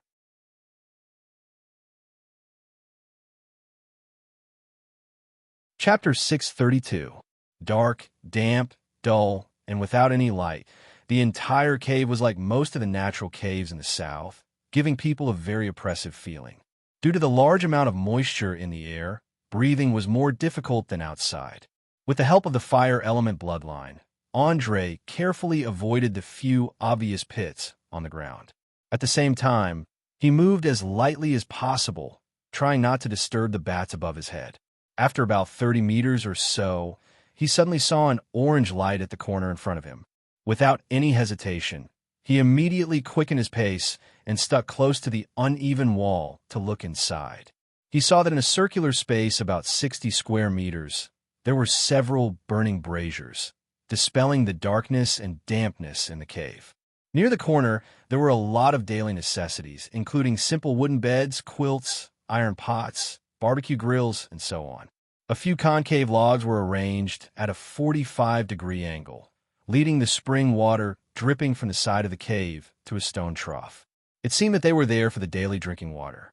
Further inside, there was a row of weapon racks, filled with all kinds of strange cold weapons, from the tall horse-slaying sword to the small and exquisite iron finger sheath. There were almost all kinds of weapons. The wooden dummy at the side also had 2 sets of armor hanging on its body. It was obvious that these things were well taken care of. Even in such a damp environment, they were not rusty at all. On the contrary, they were shining. Obviously, someone had been wiping them with grease. Quiet. Very, very quiet. Except for the occasional crackling sound made by the wood burning in the braziers, there was not even the sound of breathing. As an excellent hunter, Andre could clearly feel that there was something strange in the air. Therefore, he did not choose to approach it recklessly. Instead, he cast a level 0 spell, Illuminate, on a stone. Instantly, The plain stone emitted a soft white light, which was almost as bright as a low-wattage energy-saving light bulb. He took the stone and threw it into the depths of the cave. Just as the glowing white stone drew a parabola in the air and was about to fall to the ground, a huge black shadow suddenly jumped out of the darkness and pounced on the stone. It pounced and bit on the stone, and at the same time, it let out a chilling growl. With the help of the weak light, Andre saw the real face of the black shadow. It was a strong and beautiful black panther without a single strand of hair on its body. This kind of big cat was definitely a master of ambushing. No wonder there was no sound at all. If it were not for the smell of wild animals, Andre would have been knocked to the ground. However, this black panther wore a hard leather collar around its neck, and a thick iron chain was attached to the back of the collar. The other end was bound to a huge stalagmite, and there was no need to ask to know that it was captured and used as a guard. God knew how long it had been hungry. Its two eyes were full of desire for food. If it were not for the short length of the iron chain, it would have pounced on Andre and eaten him. Looking at the wild eyes of the black panther, Andre immediately knew that this was a pure wild animal and was not domesticated. The dark color of its fur indicated that it had been in a half-starved state for a long time and had not been exposed to the sun. Its health was really worrying. Behind the black panther, there was a very narrow tunnel that could barely allow an adult to pass through. From the obvious traces on both sides, it was easy to tell that this was not a natural tunnel, but a man-made one. Well, it seems that if I want to move on, I have to deal with a hungry panther first. Seeing that the black panther was blocking his only way, Andre shrugged helplessly.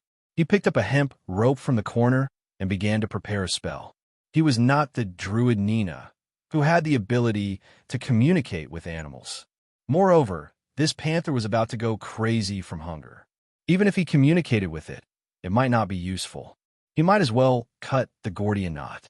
Of course, cutting the problem did not mean killing. Andre did not intend to kill this beautiful big cat. As a visitor from Earth, he still had some thoughts of protecting the environment and wild animals in his mind. Unless he was forced by life or his life was threatened, he would never take the initiative to harm a wild animal that was not a threat. As the incantation echoed in the cave, the hemp rope immediately came to life like a snake, swaying left and right on the ground. The black panther obviously noticed this. It immediately arched its back, opened its bloody mouth, and let out a threatening roar. Its sharp claws scratched the ground, leaving dents in the ground. Seeing the big cat's nervous appearance, Andre could not help but smile and comfort it. "Relax, buddy. This is good for both you and me." After saying that, he raised his hand and snapped his fingers. The rope controlled by the spell instantly rose into the air. In the blink of an eye, the black panther was tied up tightly. No matter how it struggled, it was useless. Rank 1 Transformation Arcane Spell Animated Rope. It can make a rope come to life and listen to the spellcaster's orders. If used properly, it could even defeat enemies much stronger than the caster. Andre had learned this spell long ago. However, because the way it was tied up always reminded him of some erotic scenes, he had never used it. He did not want to be mistaken for a pervert. Now that he was using it on a wild animal, he did not need to worry too much. Roar! Roar! Seeing that it was unable to break free from the rope, the panther could only open its mouth and roar loudly. Its voice was filled with fear and pleading. "All right, stop crying like a ghost and howling like a wolf. Don't worry, I won't kill you. In fact, I'll let you go." As Andre spoke, he quickly approached the black panther. He directly took out a dagger and cut off the leather collar on the black panther's neck. Perhaps because it felt that the human in front of it did not have any hostility, the black panther's tensed muscles gradually relaxed. Its two large yellow eyes revealed a trace of curiosity. At the same time, it raised its tail and wagged it gently, as if trying to curry favor. Animals were mostly simple and sensitive. If you were friendly to them, they would naturally not be fierce to you. Especially after the collar on its neck that restricted its movements disappeared, the big cat felt the long-awaited freedom. Its attitude instantly changed 180 degrees. Seeing that the Black Panther was gradually becoming docile, Andre immediately squatted down and gently stroked its head. He muttered to himself, "Good boy. Lie here obediently for a while. When I come back, I'll untie you." Although the big cat had already shown a friendly side, he still did not dare to rashly untie the rope. God knows if this guy would go crazy from hunger and bite him when it got up.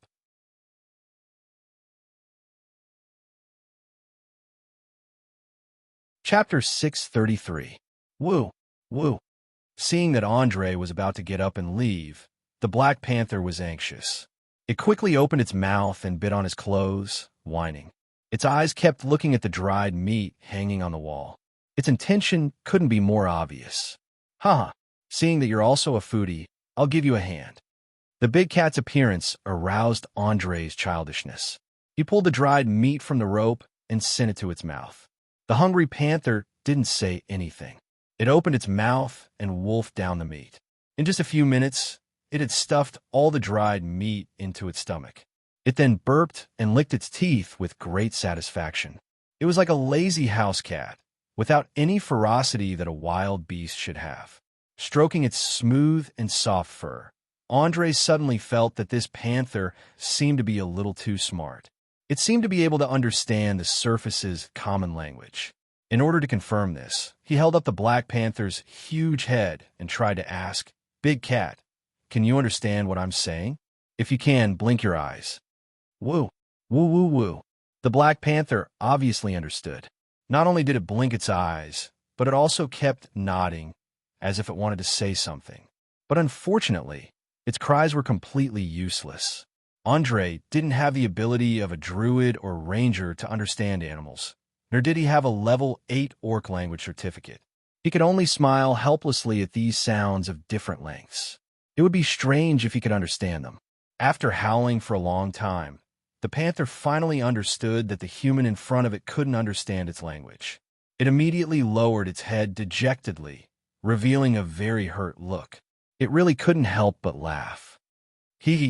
Well, it seems that you're also a panther with a story. We'll slowly communicate when we have time in the future. Now tell me, if I untie the rope, will you still attack me?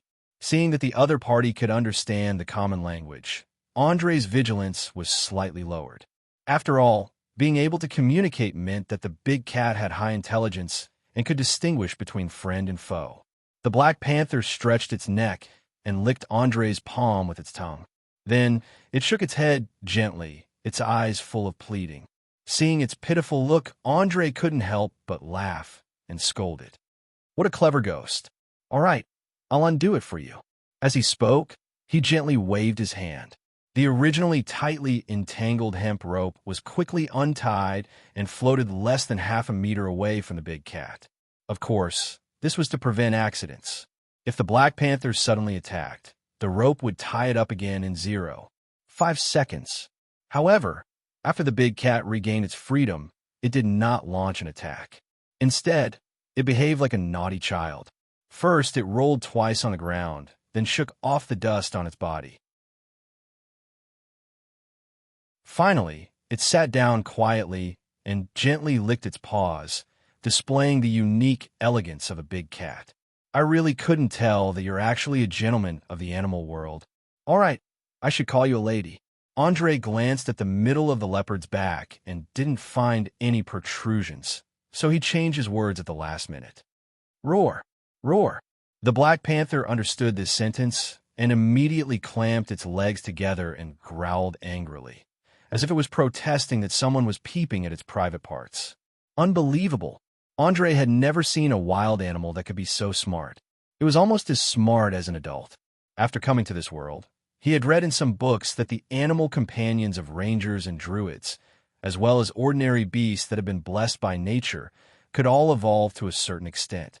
However, reading about it in books was one thing, and seeing it with his own eyes was another. After a short period of shock, Andre quickly adjusted his emotions and silently comforted himself. This is a world full of supernatural powers. Even the legendary dragons and giants are real, let alone a smart leopard. Calm down. Calm down. Just as he suppressed his urge to cut it into pieces for research, the big cat, who didn't know anything, came over and tugged at his trousers. Then it turned around and walked into the narrow tunnel. After a few steps, it looked back, indicating that it wanted to lead the way. Is this a different animal's way of repaying a debt of gratitude? Andre felt a little amused by the Black Panther's actions, but he still followed it closely, squeezing into the tunnel that was so narrow that he could only walk sideways. Soon, he came to a dark room that looked like a dungeon. There was no light here, and the air was filled with the thick smell of blood. Relying on his night vision, he saw two people hanging on the wall not far away. The one on the left had no intact skin, especially from the heart to the lower abdomen, which had been cruelly cut open with a sharp weapon. All the skin had been peeled off, and the bloody ribs, muscles, internal organs, and capillaries were completely exposed. The skin from the right foot to the knee was also almost the same. The whole thing looked like a plastic half-dissected model in biology class. From the protruding cellulite on the chest and the naked lower body, one could vaguely tell that she should be a woman who had been cruelly violated and tortured when she was alive. Coupled with the fact that almost all her blood had been drained, she had been dead for at least 10 hours. If it wasn't for the low temperature in the cave, she would have started to rot and smell by now. Roar! Roar! The Black Panther obviously recognized the corpse and quickly ran to it, raising its claws to try to get it down. There were even bursts of sorrowful cries coming from its throat. There was no doubt that this female corpse was most likely its owner. She could have been a druid or a ranger. As for why she was tortured to death, it was still unknown. The other person hanging on the other side was naturally the famous liar, Jespra. He was not in a good state at the moment. His body and face were full of lacerations from whips. Fortunately, there were no fatal injuries. Although his breathing was slightly tired and weak, it was very stable and long. In addition, there were a lot of torture tools on the table in the middle of the dark room, especially the leather whips stained with black and red coagulated blood. It was a shocking sight. Phew! Andre took a deep breath and slowly walked to the front of the shelf. He took out his mithril machete and cut the iron chain directly. He laid the female corpse flat on the ground and gently stroked the big cat's head. Stop licking. She's dead. Even if you lick her tongue, she can't be resurrected. Accept reality. In a while, we will dig a hole outside and bury her. Woo, woo, woo. Hot tears flowed down the Black Panther's big eyes that were full of spirituality. At the same time, it used its claws to fiddle with the cold right hand of the female corpse. Then it quietly cried in a sad and pitiful way, like a child who had lost its mother. You're tuning into the Warrior Lore YouTube channel. Don't forget to subscribe and join us on this journey to catch the most captivating stories.